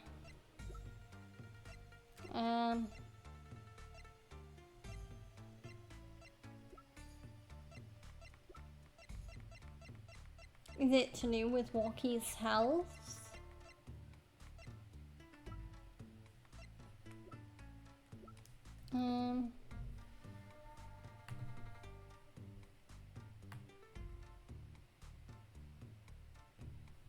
Yeah, okay, yeah. Yep, it is. Think about it, Walkie. Think about your condition. I talked with your mother a little plum yesterday. It pays, but we need a lot of money right now. Clean money, that is. She doesn't mean... You aren't really, are you? I searched the globe, and I found one. A doctor who can take that bullet out of you, Walkie. But it's an expensive procedure. Man, but you got plenty of money already, don't ya? I won't use it. It was the gangster life that did this to you, Walkie. I want to help you, and I want to do it clean.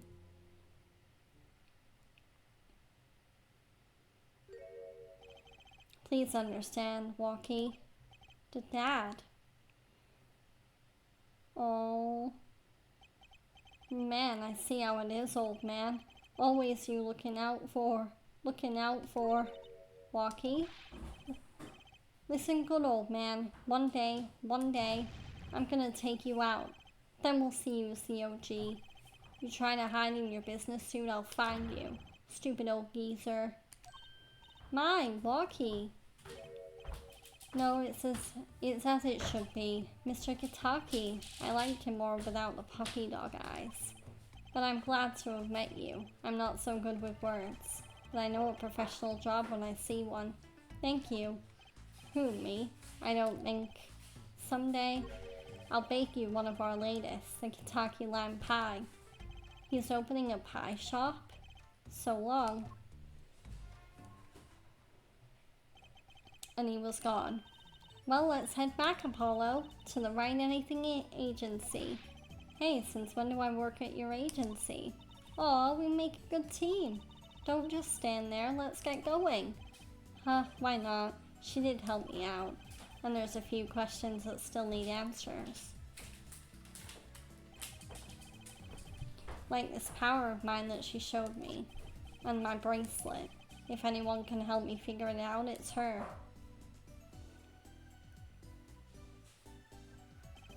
Though I can't say I care much for what our father has become. Oh, that's right. We have to go someplace first. Huh? Where?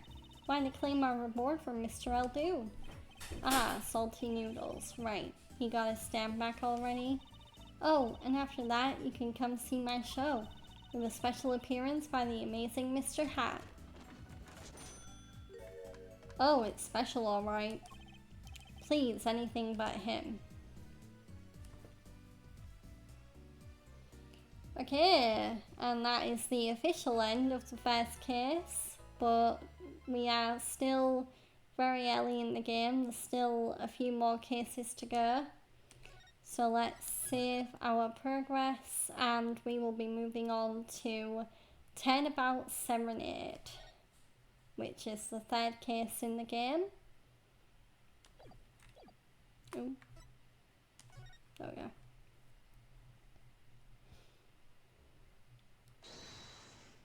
Let's rock!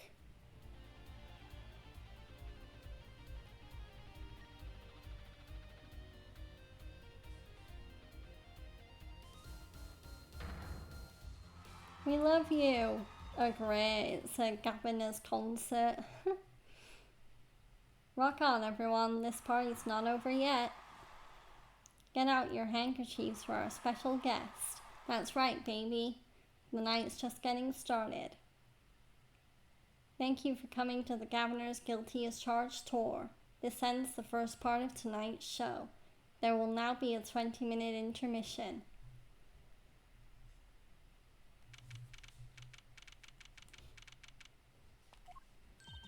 This is so cool! Us at a Governor's concert. Huh? Did you say something? My ears are still ringing. The Governor is putting the sick back in music. Well, I thought Mr. Gavin was really nice, sending us those tickets at 20% off. They're hard to get a hold of, you know. When you invite people to a concert, it's usually free. Let's head to his dressing room, Apollo. You know, like we're a couple of VIPs. I've always dreamed of being a VIP at a Governor's show. Trucy, you didn't know who Prosecutor Gavin was before that case. What kind of fan doesn't know the lead vocalist's name? Oh, this guy. Well, he was more like a prince, really. He let us in. Clavier. What a lovely name. He's so dreamy. Yeah, but I'm a girl. I'm supposed to swoon over gods of rock. God awful, maybe. I bought all their stuff on the way home from the trial. I got 12 Governor's albums and 15 concert videos. That was quite a bit of impulse shopping. I got an advance on my next 15 years worth of allowance. For Mr. Wright, that sounds like a real act of generosity. Who would have imagined me here, at a Governor's concert watching Prosecutor Gavin rock? To be honest, he was kinda cool, and I'm kind of envious. Not that I'd ever admit that's Trucy. Okay, Governor's dressing room. Ah, you made it. Mr. Gavin, thanks so much for the tickets and the invoice you sent along with them. You were incredible up on stage, Mr. Gavin. Nothing like music to brighten the mood after a trial, yeah? And we're almost ready for our next act. I'm looking forward to it myself. Lammy Roar's singing, right? Or, no, Lammy War. There we go. The siren of the ballad? Oh yeah. That flyer said she flew all the way over for this show.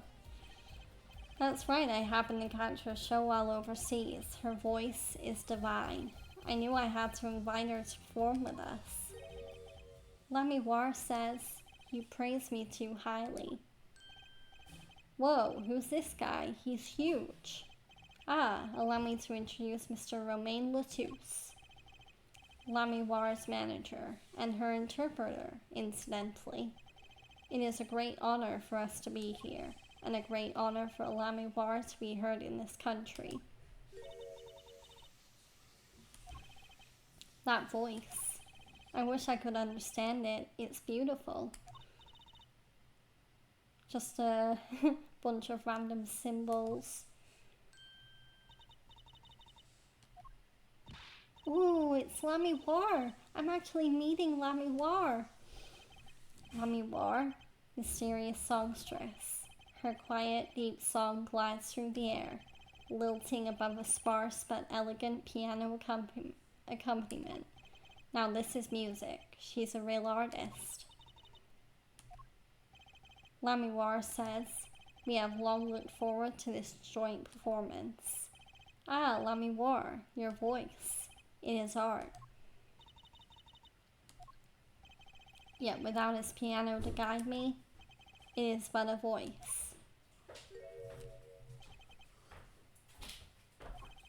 I've seen this kid somewhere before. He plays piano at all of Lamiwar's concerts. He's cute, and he's a really good pianist. Good pianists are a dying breed, I hear. Allow me to introduce Maki Tobaye. He is blind. This is why he never strays far from Lamiwar. They are always together. They're like characters from some fairy tale. Lamiwar's so, what's that word? Exotic and mysterious. She does seem quite pretty, at least her eyes do. Hers is a kind of sightseeing musique. Huh? She travels the globe putting the sights she sees into song, even though her appearance and voice are exotic.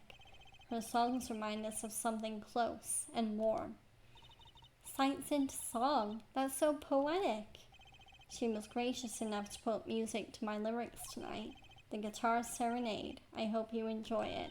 I can't wait. And now it is time. For the next part, we're giving the Governor's Hard Rock a little rest. Lamiwar, the stage is yours. The band members will not play during Lamiwar's ballad. Only Maki's tender tones and Lamiwar's dulcet voice. And my guitar, of course. Woohoo! Nights like this make it all worthwhile, you know. I should have learned to play the guitar. There's not much romance in chords of steel. Shall we hit the stage then? Good luck, Mr. Gavin. Take care your hearts aren't stolen away, yeah? Let's get back to the concert hall, Polly.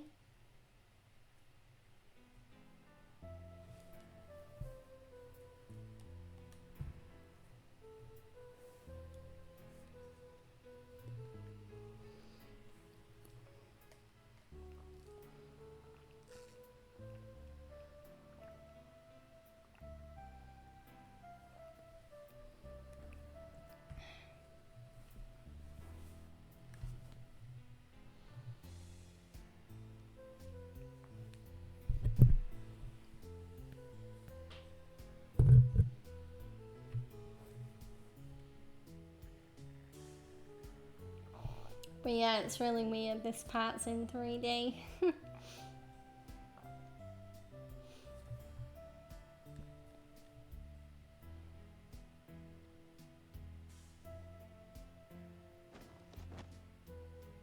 Whoa, she disappeared.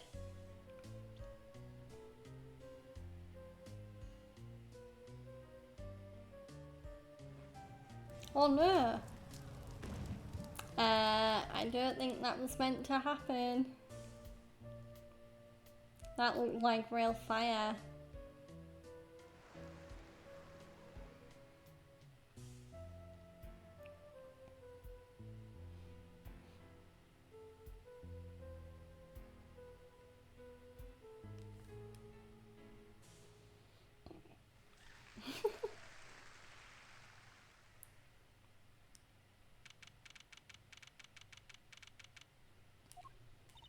Wow, wasn't Lamiwara amazing?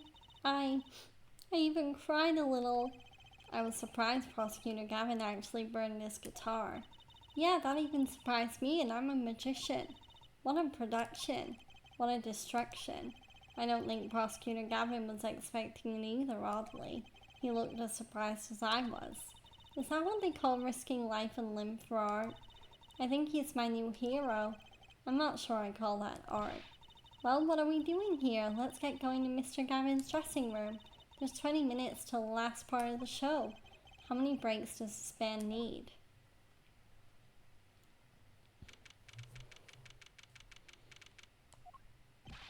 What the heck was that? I was never consulted about it. So sorry, Mr. Gavin, sir. I've asked the man in charge. I play new rock, not great balls of fire. Speaking of fire, I have a good friend of fire whoever's responsible. He seems upset. Apollo Justice, were you the one who tried to torch me? Hey, I didn't do it. So much for risking your life for art. The guitar serenade is ruined. Well, let's try to talk to him at least. I'm not sure that's the best move right now. Okay, let's ask him about his flaming guitar. You mean the guitar? That wasn't part of the act? Part of the act? Who'd burn up a guitar on purpose? But it worked really well with the lyrics just then. Burning on in my heart, fire, burn my love away, all away. Wait, you think the audience thought it was... Sounds like he got lucky. They probably thought it was part of the act. At least I did. He got lucky and he didn't realize it. Anyway, that guitar was the Ferrari of guitars. All the speed, all the sound, and all the price. If I burned one of those in every show, I'd go broke. Unusually frugal for a rock band. Try saying that to Mr. Gavin. Actum. Today's been one disaster after another. My hog won't run, my guitar case is broken. Daddy told me there'd be days like these. Okay, let's ask him about Lamiwa's song. Wasn't Lamiwa's song incredible? You worked on it too, right, Mr. Gavin? Ah, yes, thanks. It was a collaboration. I wrote the lyrics and she wrote the melody. You know, I was surprised she could sing in English. I'm sure she practiced a long time for this day. Ah, here. What's this? A lyric sheet. It's yours. Signed by myself and Lamiwar. Yippee! Thanks so much! All I ever get is sign or client defense agreements. Okay, we've got the lyric sheet added to the court record. Almost time for the third act of the night. Oh, there's more? Yes, Lamiwar's part is done. Now it's time for us to drop our groove again, yeah? Hope you're ready to catch it. Woohoo! Ready, Apollo? I think I'll pass. Eh? I like the bit with Lamiwar, but the rest could use a volume knob, turned way down. Ha, Apollo, you're getting old. Ack. Does 22 qualify as old to a 15-year-old? Well, I'm going. Let the old folks rest backstage, yeah? Time to rock. Hey, you're older than I am. Yeah, let's actually see. So, Apollo is 22 and Clavier is 24. Okay. So, yeah, he is older, but not by much. Okay, let's move to the backstage hallway. Hey, it's you, that right kid. Detective Sky. I'll let that right kid business pass. Call me Emma. There's no need for titles once you shared a bottle of fingerprint powder. That's a new one. So, Emma, what are you doing here? Isn't it obvious I'm snacking? You think I wanna be here? Me, in charge of security in this pit? Security? Did something happen? There's no knowing with that glimmer swap. Apparently he's all upset because something was stolen. He wanted security back here during the concert. Where does he get off acting like he's some big rock star? He is a big rock star. Hey, you listening to me? So, where's this door here lead to? This one? That's Lamiwara's dressing room. Don't even think of going in there unless you want a piece of snack ooze in your face. Is she ever in a good mood, I wonder? Okay, let's talk to Emma. So the governess. Emma. I've never seen someone eat snacks with such vehemence. Better give her a wide berth. She snack-ooed me. Emma. Okay, so we can't talk to her right now. Yeah, she will not talk to us. Okay.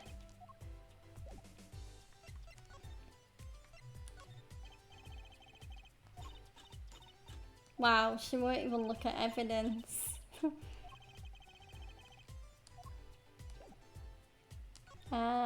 Okay. Yep, she really will not pay attention to anything we do. Okay. Let's examine. Because there is this rather eye-catching earpiece on the floor. What's this? Some kind of headset earpiece? Why would someone leave this in the hallway? Maybe Lamiwara's bodyguard dropped it. Emma, will you stop eating those snacks for 1 second and listen? Ha! If you think you're going to pull me away from my snacks just to hear you mumbling on and on about whatever, you're going to be sorely disappointed. At least I got her to stop munching.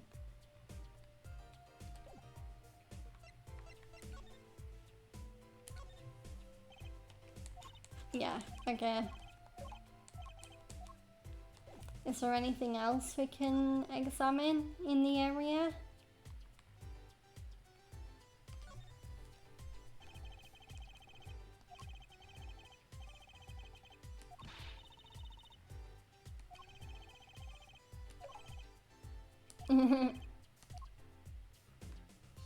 Yeah. So Emma won't let us take anything.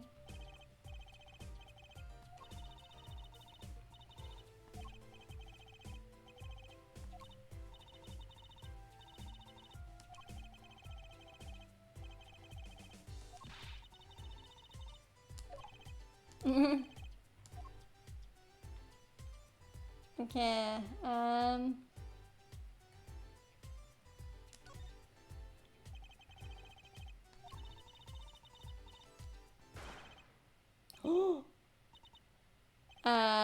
that sounded like a gunshot and another gunshot. Ooh, was that a gunshot? Something's going on. You, out of my way. Emma. Lamiwar. It's not locked. I'm going in.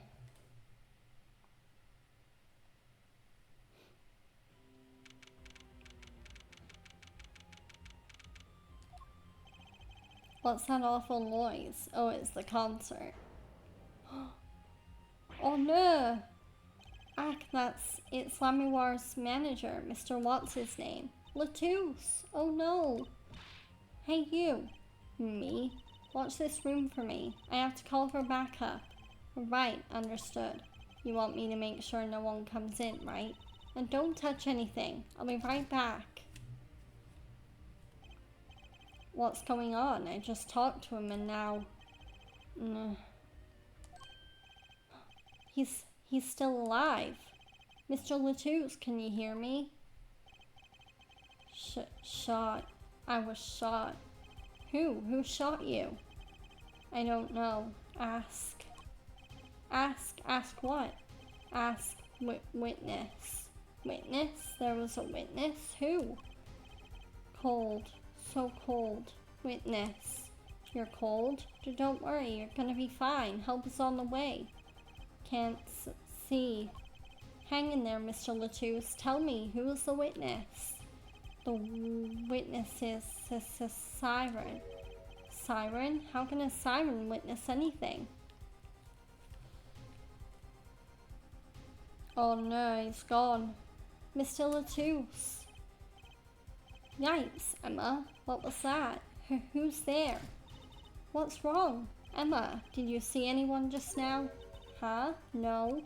I could have sworn I heard a door close. The concert's been cancelled. Backup's on its way. It's Mr. Latouche. He's dead, isn't he? That's terrible. I lost him. Romain Latouche shot, and I heard his last words. The witness is a siren, whatever that means.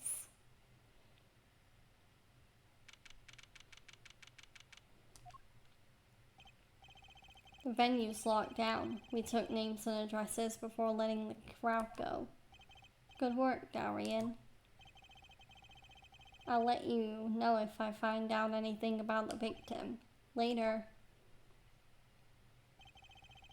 It's investigation time then, yeah, Fraulein Detective? I don't need some rock and rollin' prosecutor to tell me that. One request I must make. Tell no one, on staff or otherwise, anything of this. Ooh, a gag order. No word gets out other than that Mr. Latouche is dead. No word of the cause of death or of the murder. Tell no one, not even Lamiwar, not even her. We must keep everything under wraps. Oh, one other thing. I'll need your signature on this, her forehead. Yours too, Fraulein. On that? An investigation request? Why just us? You two are civilians. It's standard procedure. That should be okay to sign, I think. Okay, information concerning the crime to be restricted to police and related parties. Right, well, get started with the investigation. I'm on it already. Ah, and one tip for you. Huh? Me? Try not to get in the Fraulein Detective's way. She's in a foul mood today. Gee, I wonder why. We were all questioned as witnesses, and now none of us can go home. We'll investigate, alright, our way. Somehow I don't see us getting back to that crime scene anytime soon. I still can't believe I was there when it happened. Not an experience I care to repeat anytime soon. This is no time for navel gazing. Let's crack this case, or navel gazing. There we go. I worry about Trucy. She seems to have a very loose idea of what it means to be an attorney. Of course, that's not surprising considering who her father is. Something the matter? No, let's get cracking. I'm the only one who was there. The only one who heard Mr. Latouche's last words. The witness is a siren. First order of business is to find out what he meant by siren. Okay, let's examine this headset again. What's that? It looks like some kind of future phone. Not a phone, a transceiver. It's called a headset. What's a headset doing on the floor? Wait, do you think Mr. Latouche might have been wearing it? Like one of those bodyguards? I don't think he was wearing one when we first met. The LED on this thing is lit. It must be on.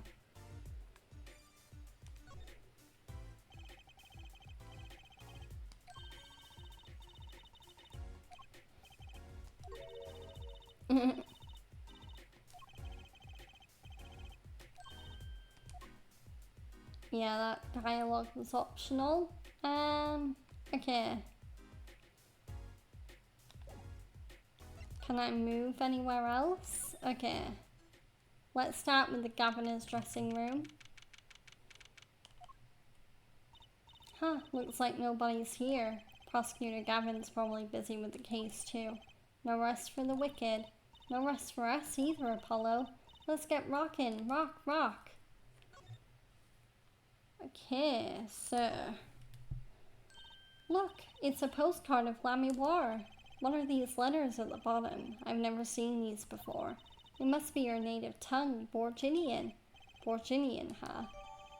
Okay, we got the postcard added to the court record. Someone never finished their Their food. Why is that plastic bowl of stew sitting there? Maybe they use it for interrogating bad guys. Fess up to what you did and we'll let you eat that stew. That's just mean. It gets worse, see? If the bad guy confesses, they say, okay, eat it if you can. See, it's made of plastic. It's like you don't know which ones are the real bad guys. I think you need to take a deep breath, Trucy. Okay, what else have we got? I don't really see much else looking incriminating or anything.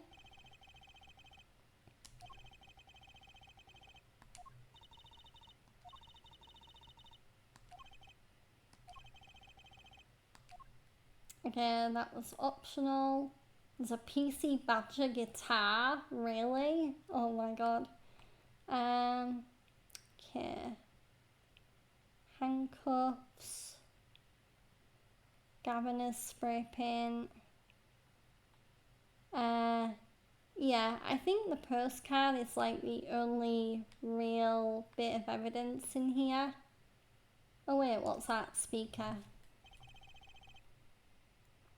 That speaker looks familiar. Oh, yeah, like the one for the PA system back in school. Oh, we have one of those in my classroom too. That's right, she's still in junior high. I feel old. Okay, I'll come back to this room, but I really don't think there's that much else to look at. So let's go into Lamiwar's dressing room, because that's the crime scene. Oh, it's you. I figured you'd come. You have to let us investigate the scene, please. You're attorneys, no? Shouldn't you wait until you have a client? Latius did tell me to ask the witness, the siren. With his dying breath, no less. Doesn't that count?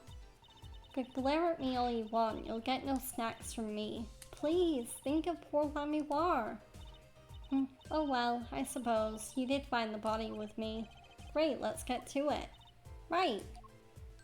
Just try not to touch anything. She's letting us look, and she's not munching her snacks. This bodes well. There are clues here, I can feel it.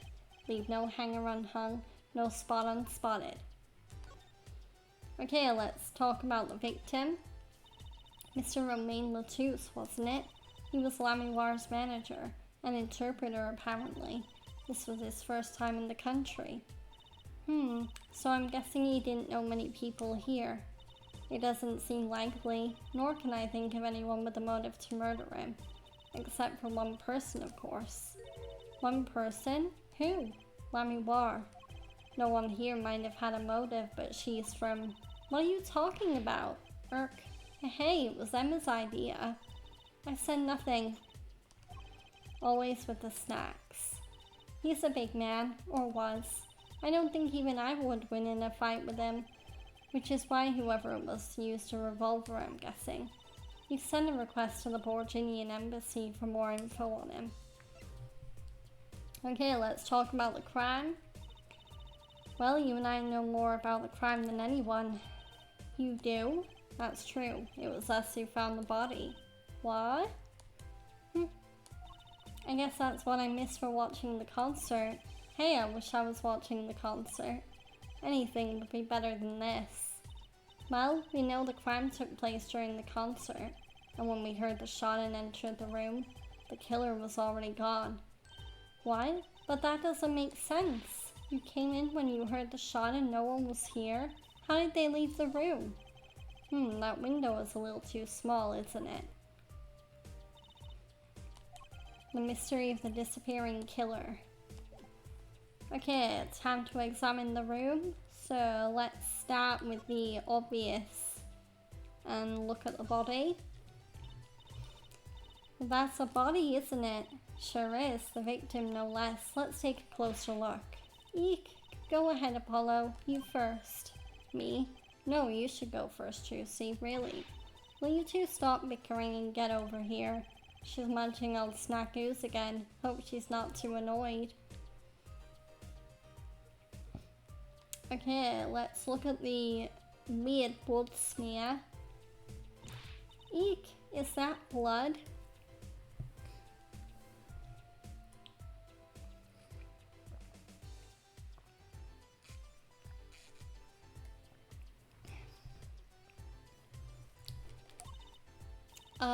Why don't you examine this one, Apollo? You know more about red stuff than I do. Yep. Says who? Something is strange about this blood, though. Is that what it looks like? Okay, look at the... Ooh, has he got something in his hand? Apollo, look at his hand. He's holding something. Hey, no touching. You can throw all the snacks at me you'd like, Emma. Sooner or later, you're going to run out of them. You raise a good point. I'm a bit intrigued by this scene. Let's take a look. Ah, see there? He's holding something. What's this? A key ring? You think it might belong to the killer? Certainly a possibility. What an unusual key ring, and what unusual keys. This could be a vital clue. Okay, Mr. Latouche died clutching this. Note the heart-shaped ring. Wait, we can examine it again.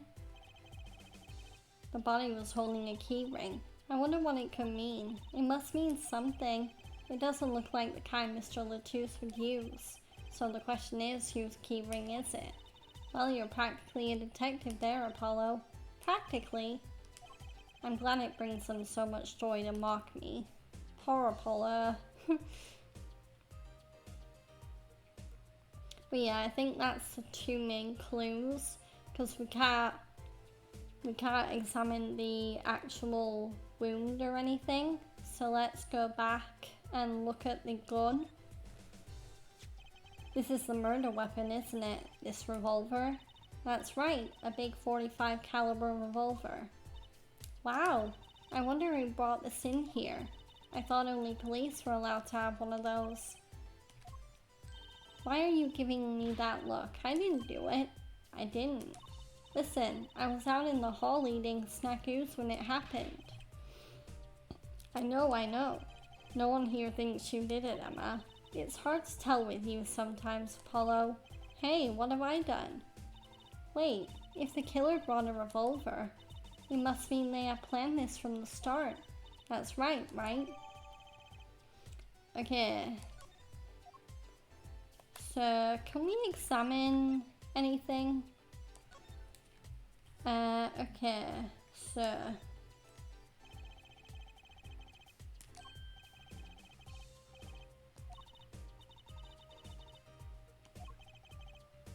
A guitar case key, interesting. So, I wonder if it belongs to Clavier. And then let's examine the revolver. The middle of the weapon is a revolving chamber. That's where you load the bullets. A revolver, see? Revolver. That sounds a bit like Wonder Bar. Especially if you say it really fast. I guess. You know what I always used to think? I used to think the closest sound to Wonder Bar was one liver. There's just so many words in the world, Apollo. Isn't it amazing? So many different words, so many different people. People like Trucy. Okay, not much. Yikes, don't point that thing at me. Don't worry, I'm an old hand with firearms. I have one that shoots bullets.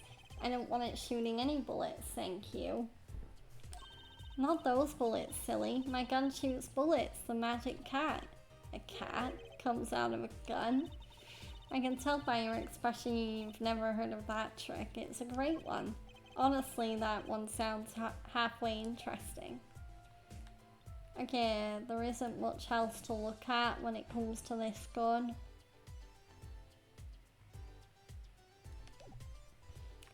So, yeah.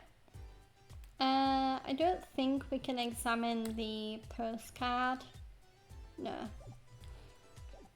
Okay, what else is there?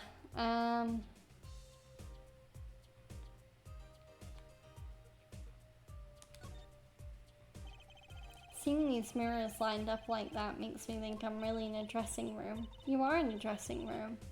This must be makeup.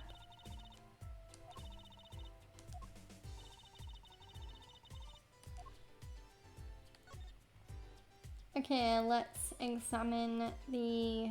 Ooh, what's that on the floor? Ooh, what a pretty brooch. Oh, Emma, you're not going to say, "Can I have it, please," are you? Oh, look, you may be a cute little girl of 15, but that doesn't get you any special treatment with me. Oh, it's not healthy to envy the young Emma. It's not about envy, it's about tampering with evidence.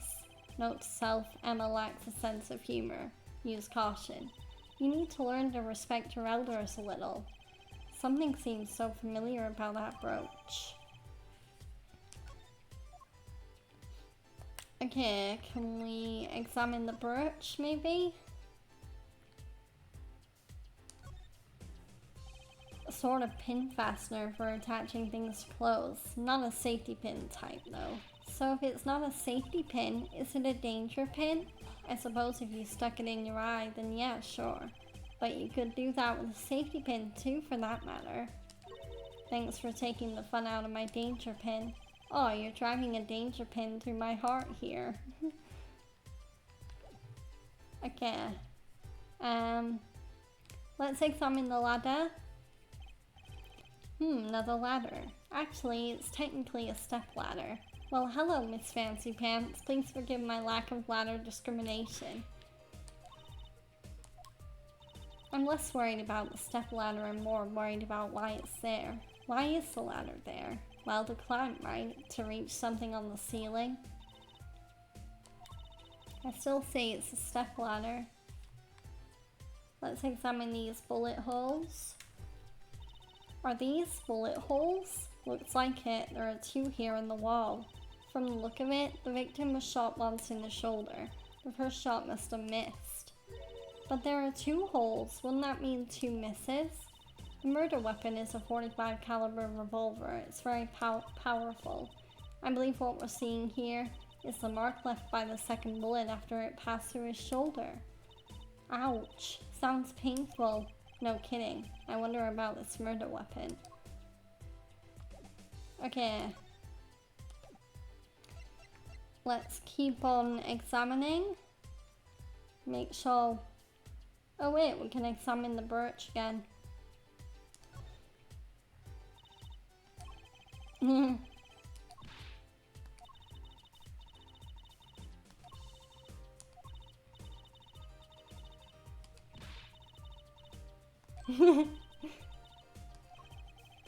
Lol.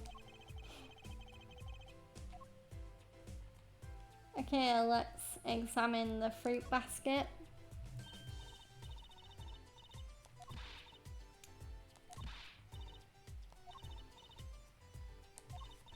But yeah, I don't really read optional dialogue. I only read dialogue that's pivotal to the story, because if I read every bit of text in the game, then yeah, my voice really would be hanging by a thread, even with all the water I drink.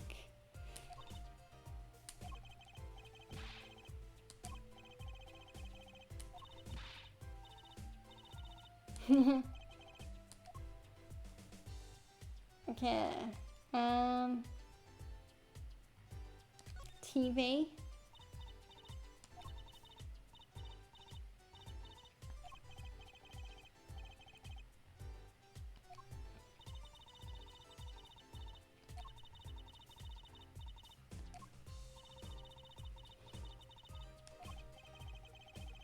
Oh, poor Apollo.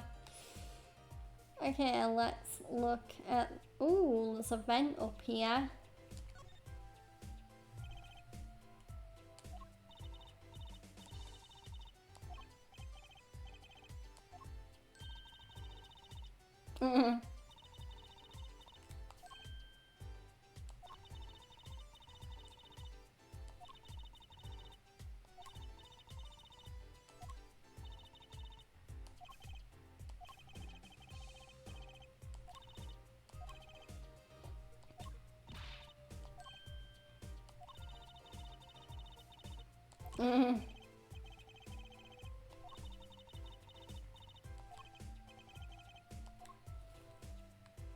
Okay, examine the speaker.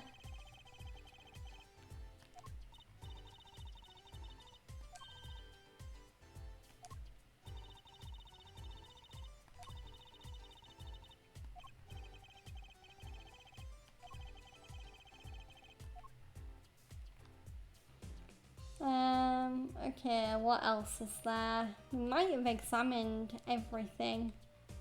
I mean, there's that poster, but I really don't think they have any clues. Is there anything else around here? Ooh, let's examine the window.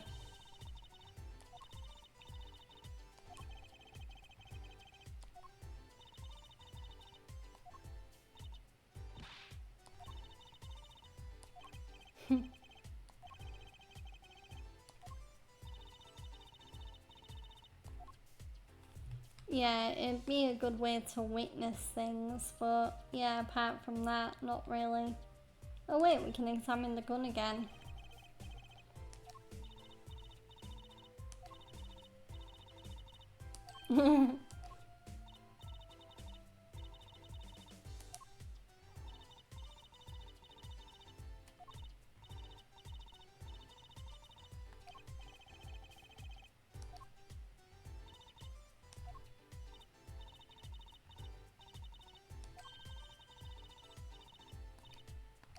Lol. I wonder if that means Emma doesn't know. Okay, so I think I'm gonna come back here later. Although I am gonna present evidence to Emma just in case she has anything to say.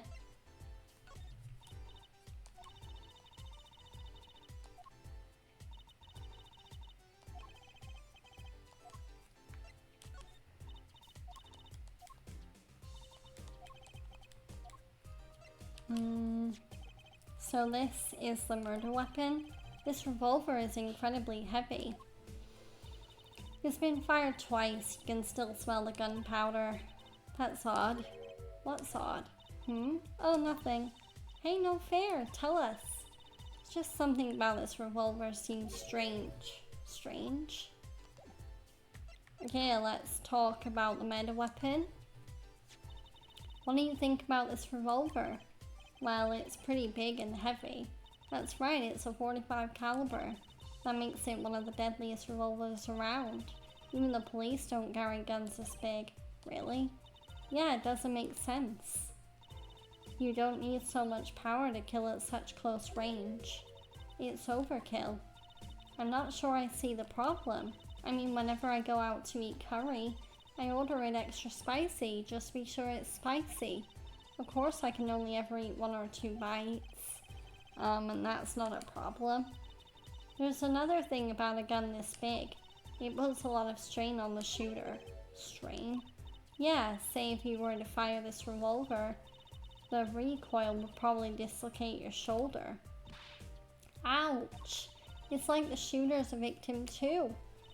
Yet the killer used this revolver quite well. I'm guessing whoever did it was used to shooting. Used to shooting a high caliber weapon. Well, that's about it. I think we've looked at just about everything there is. I guess you're right. I know how you're feeling. It is hard to know when to stop, but anything more involved has to wait until the squad gets here. I suppose. I'll go report the evidence. Sorry, but could you wait here till I get back? Huh? Oh, actually, we have to. Great, thanks. She left. What did we do, Apollo? She told us to wait. Great, now how am I supposed to investigate?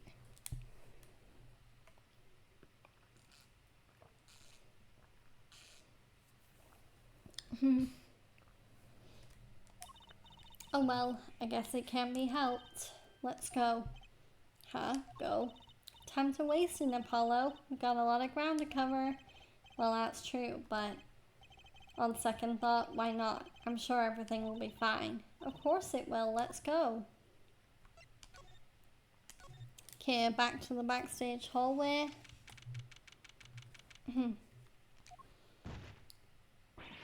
Eek! Who's there? We didn't just imagine that, did we? He was wearing a silk hat, friend of yours. Hardly. Whoever that was, he sure looked suspicious. Interesting. An interesting, yeah. Okay, let's look at the governor's dressing room again, just in case.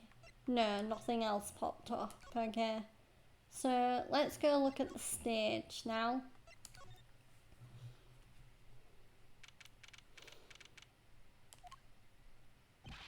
What is it with today? Problem after problem. Actor. You ain't kidding. It's the two leading members of the Governors, Apollo. Clavier on vocals and Darian on guitar. They're so cool. I have a hard time thinking of Clavier as anything but a prosecutor, honestly. Huh? What are they arguing about? Probably the case, I bet. My hog won't start, my guitar case is busted. My guitar's been burnt to a crisp, and to top it all off, someone's dead. And then there was that performance just now. What was that all about?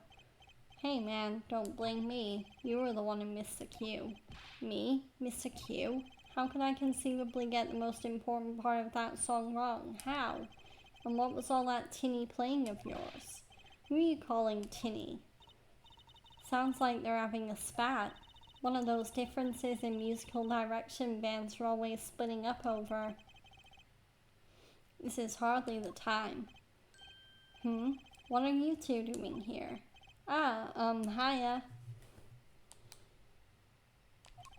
We were just discussing the investigation, if you don't mind. Sorry. Wait, you were what? Listen, you need to confirm that with the Republic of Virginia, Detective Crescent.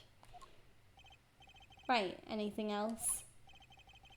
What did he just call him? Detective? Greetings. Darian Crescent, Criminal Affairs Division 3. Wait, he's a policeman? Hello. Criminal Affairs?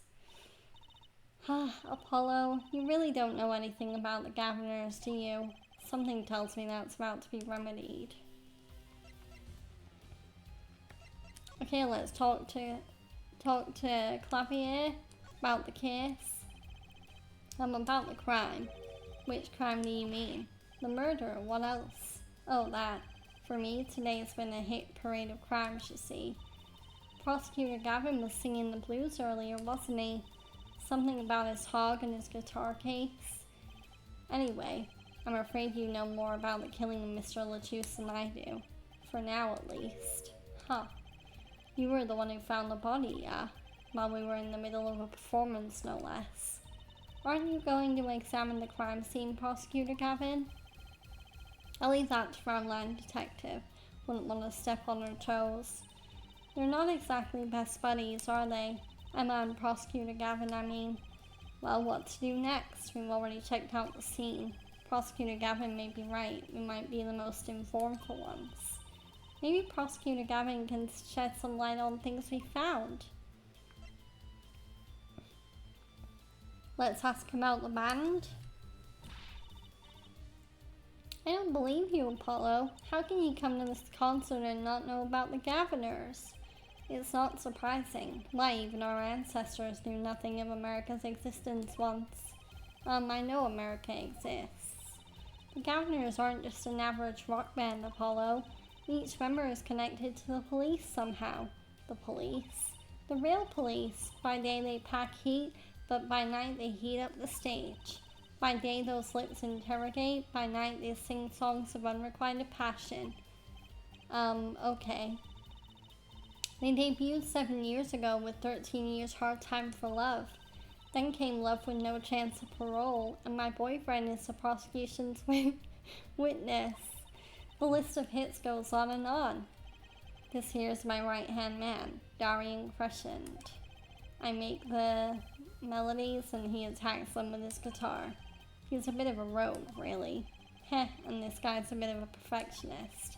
When a performance goes the least bit wrong, he goes into this funk, just like today. I'd hope Murder will be a bit more off-putting than a ruined concert. The concert today, a disaster. I'll get to the bottom of this and then we'll see Mr. Q. The Miss Q. They were arguing about that before. Great, I love nothing more than questioning tormented artists. Okay, the Miss Q. What's this Miss Q you keep talking about? Aha, you heard it, didn't you, from the audience? Actually, I didn't notice anything. See, no amateur is going to pick up on that.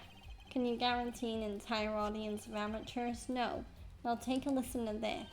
What's that? A mixing board. We used it to record our concert tonight. Aren't we supposed to be investigating a murder? Well, we've come this far, might as well go all the way. I've always wanted to learn about the recording industry.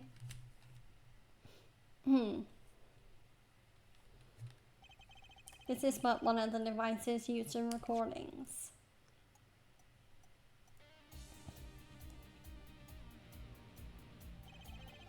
We're a 5-part band. This lets us record each member's performance separately. We use the sliders to adjust the volume for each part. Check it out.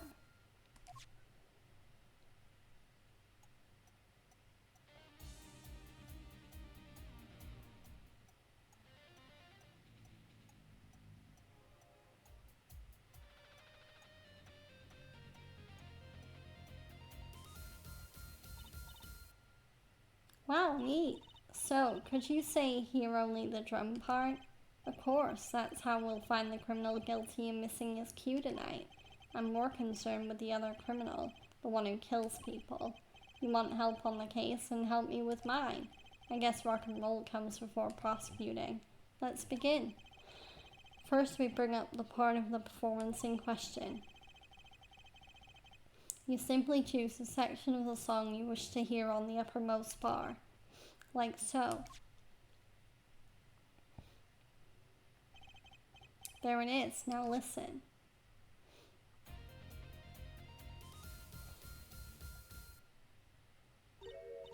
Is something wrong? You couldn't hear it? Listen again, closely.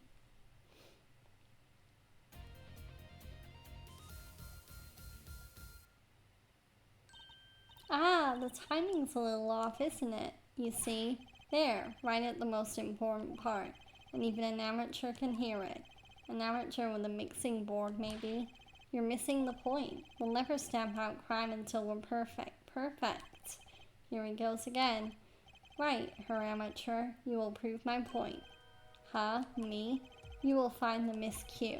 You will tell us which instrument, which part is a guilty party. But how? Did I not just explain it? Move the sliders with L and with the left stick to adjust the volume. Then you will find the part that hopelessly bungles the cue with left stick and left stick.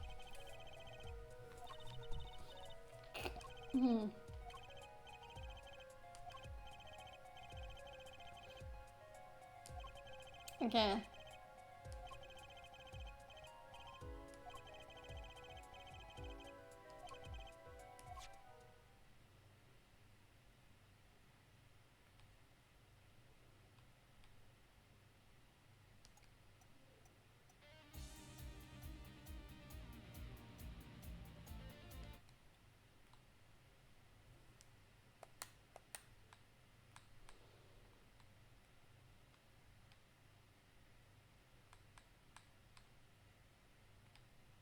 Okay, so obviously this section is the one where someone screws up. So, let's start with this one.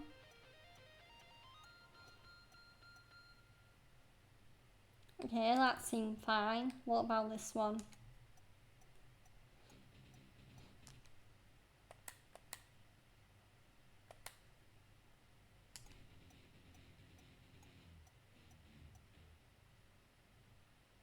Oh, I wonder if it was part 2. Part 2 seemed a bit off. But we'll keep listening.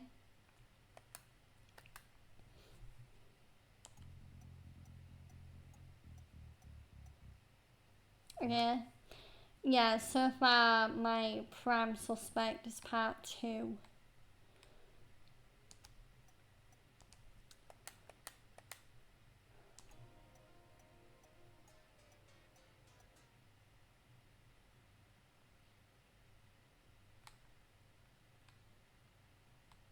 Okay.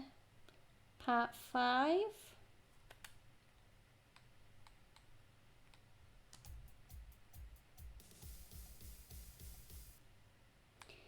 Yeah, I'm gonna go part 2.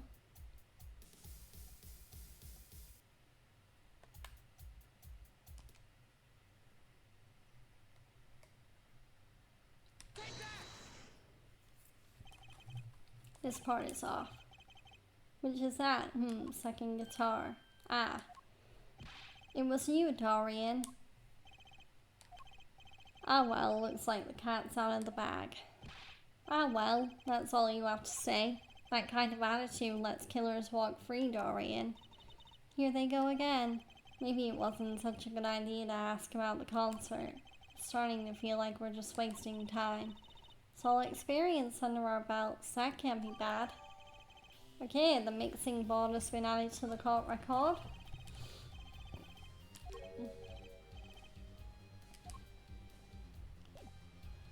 And now let's go through the evidence. So I think these keys belong to Clavier. I was wondering if you knew anything about this. Does it look familiar? Familiar, it's mine. That's my key ring. I've been looking all over for it. What? This is yours, Mr. Gavin? I knew it. Apollo, how can you make that I knew it face? This is the key ring that was... Yeah, I know. Thanks anyway. So where did you find it? Actually, the victim was holding it. Like he was trying to keep it from the killer, even if it meant his life. What? The victim? You mean Mr. Latouche had my keys? Indeed. When will my trials be over? Speaking of trials, I've never heard Mr. Gavin whine in court like he has been today. Emma was right about the fop, I'll give her that. Apollo? Mr. Gavin, maybe we can help. Tell us about your troubles today.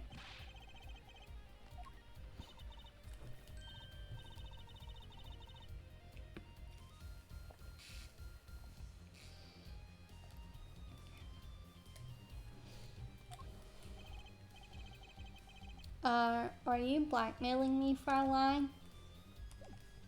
Okay, let's ask him about his troubles. You were saying something about your motorcycle not starting, and something about your guitar case being busted. You're well informed. You mentioned it a few times. Ack, it all happened this morning. It's all this keyring's fault.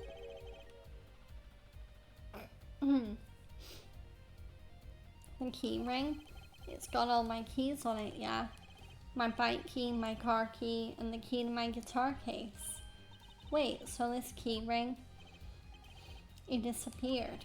I thought I put it in my jacket pocket. Prosecutor Gavin's keyring disappeared. I had to come to the concert by taxi. How embarrassing. And in order to get my guitar out, I had to break the lock. Wait, this guitar wasn't the very one, up in flames. And right on stage, too. I actually thought that was part of the show. Crazy. And to top it off, Mr. Latouche's life was taken. Nobody told me about days like these. Strange days indeed. You think?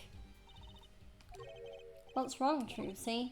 Well, I was just trying to make sense of everything. First this heart-shaped keyring gets stolen, then a very expensive guitar flares up on stage, then Mr. Latouche dies. Yes, and? Could it all really be just a coincidence? Coincidence? Meaning, Dorian, can you make any sense of all this? Hey, don't look at me. What do you think, Apollo? Huh? I mean, either Mr. Gavin's having a really bad day, or all this was planned. You aren't thinking what I think you're thinking, are you, Fraulein? I am. What? Hey, don't leave me in the dark with Smike here. The name's Apollo, but yeah, I agree. Don't leave us in the dark. What are you talking about? Haven't you noticed a connection, Apollo? A curious connection between all of Mr. Gavin's troubles today? Well, I have noticed. You know, something was bugging me too. That key ring and the guitar and the body. Slow down there, Polly. You look a wee bit dizzy. He's bluffing. He hasn't figured it out. Fess up if you're a man. You're as clueless as I am, huh? No, give her forehead a chance. Let's see your evidence of the connection, shall we? Evidence? I better think of something pronto. Okay, I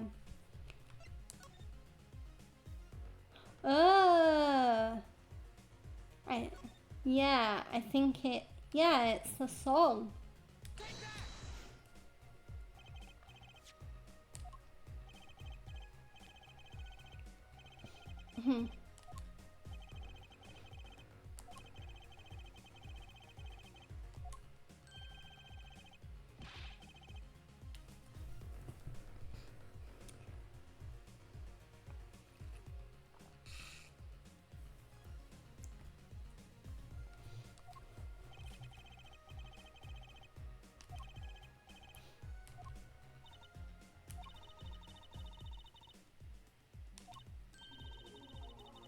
Yeah, so someone was acting out the lyrics of the song.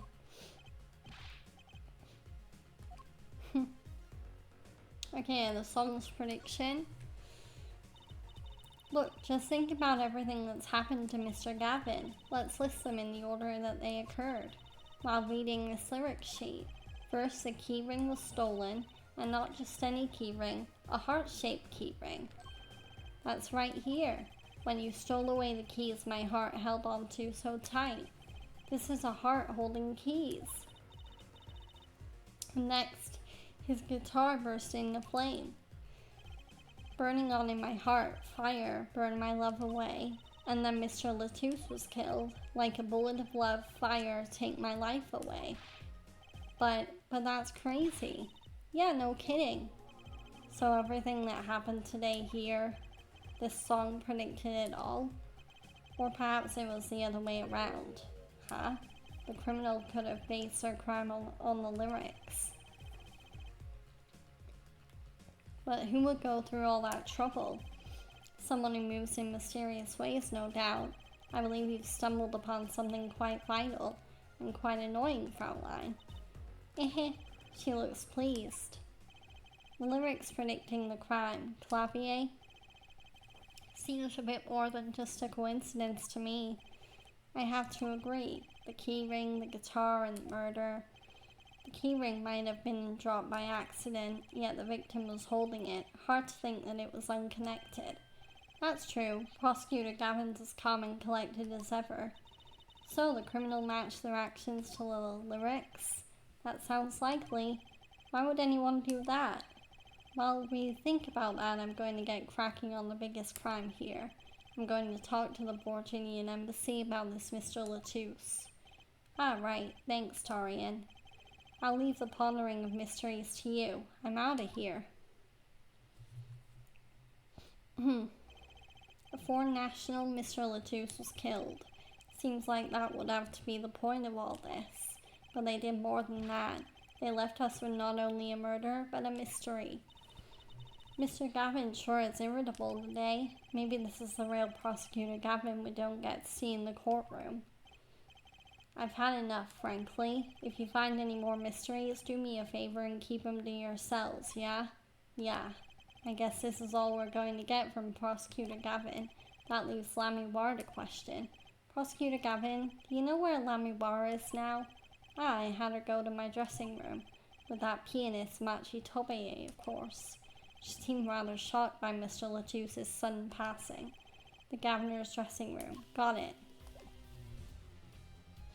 Okay, but that will have to wait until the next stream because honestly, if I read any more text today, my voice is gonna give out. So, and it's nearly 3 hours anyway. So, yeah, I'm gonna call it a day here. But yeah, I don't think I'll be talking very much for the rest of the day. Definitely need to go on vocal rest, I think, because no matter how many like sips of water I've had, my voice is still, yeah. So I'm gonna exit the game. We already saved, so that's fine. Okay.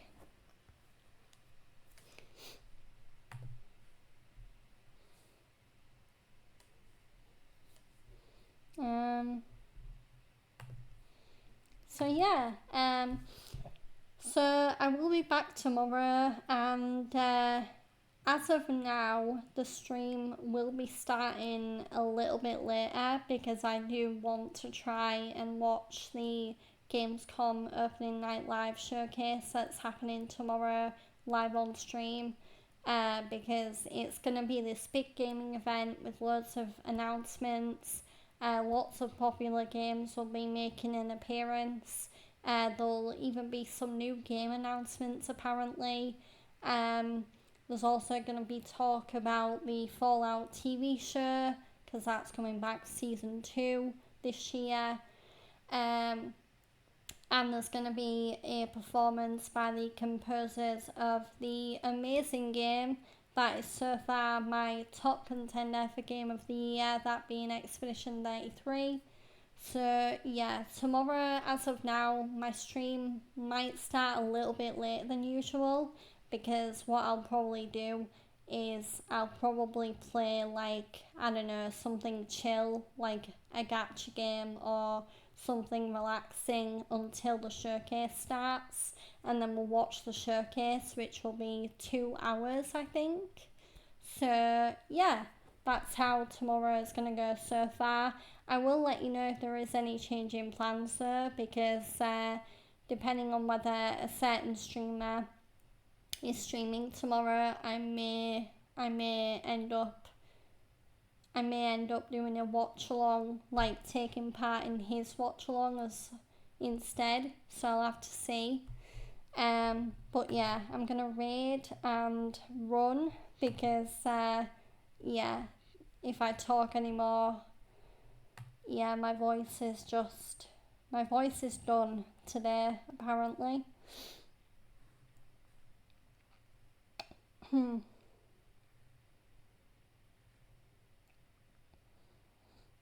Okay,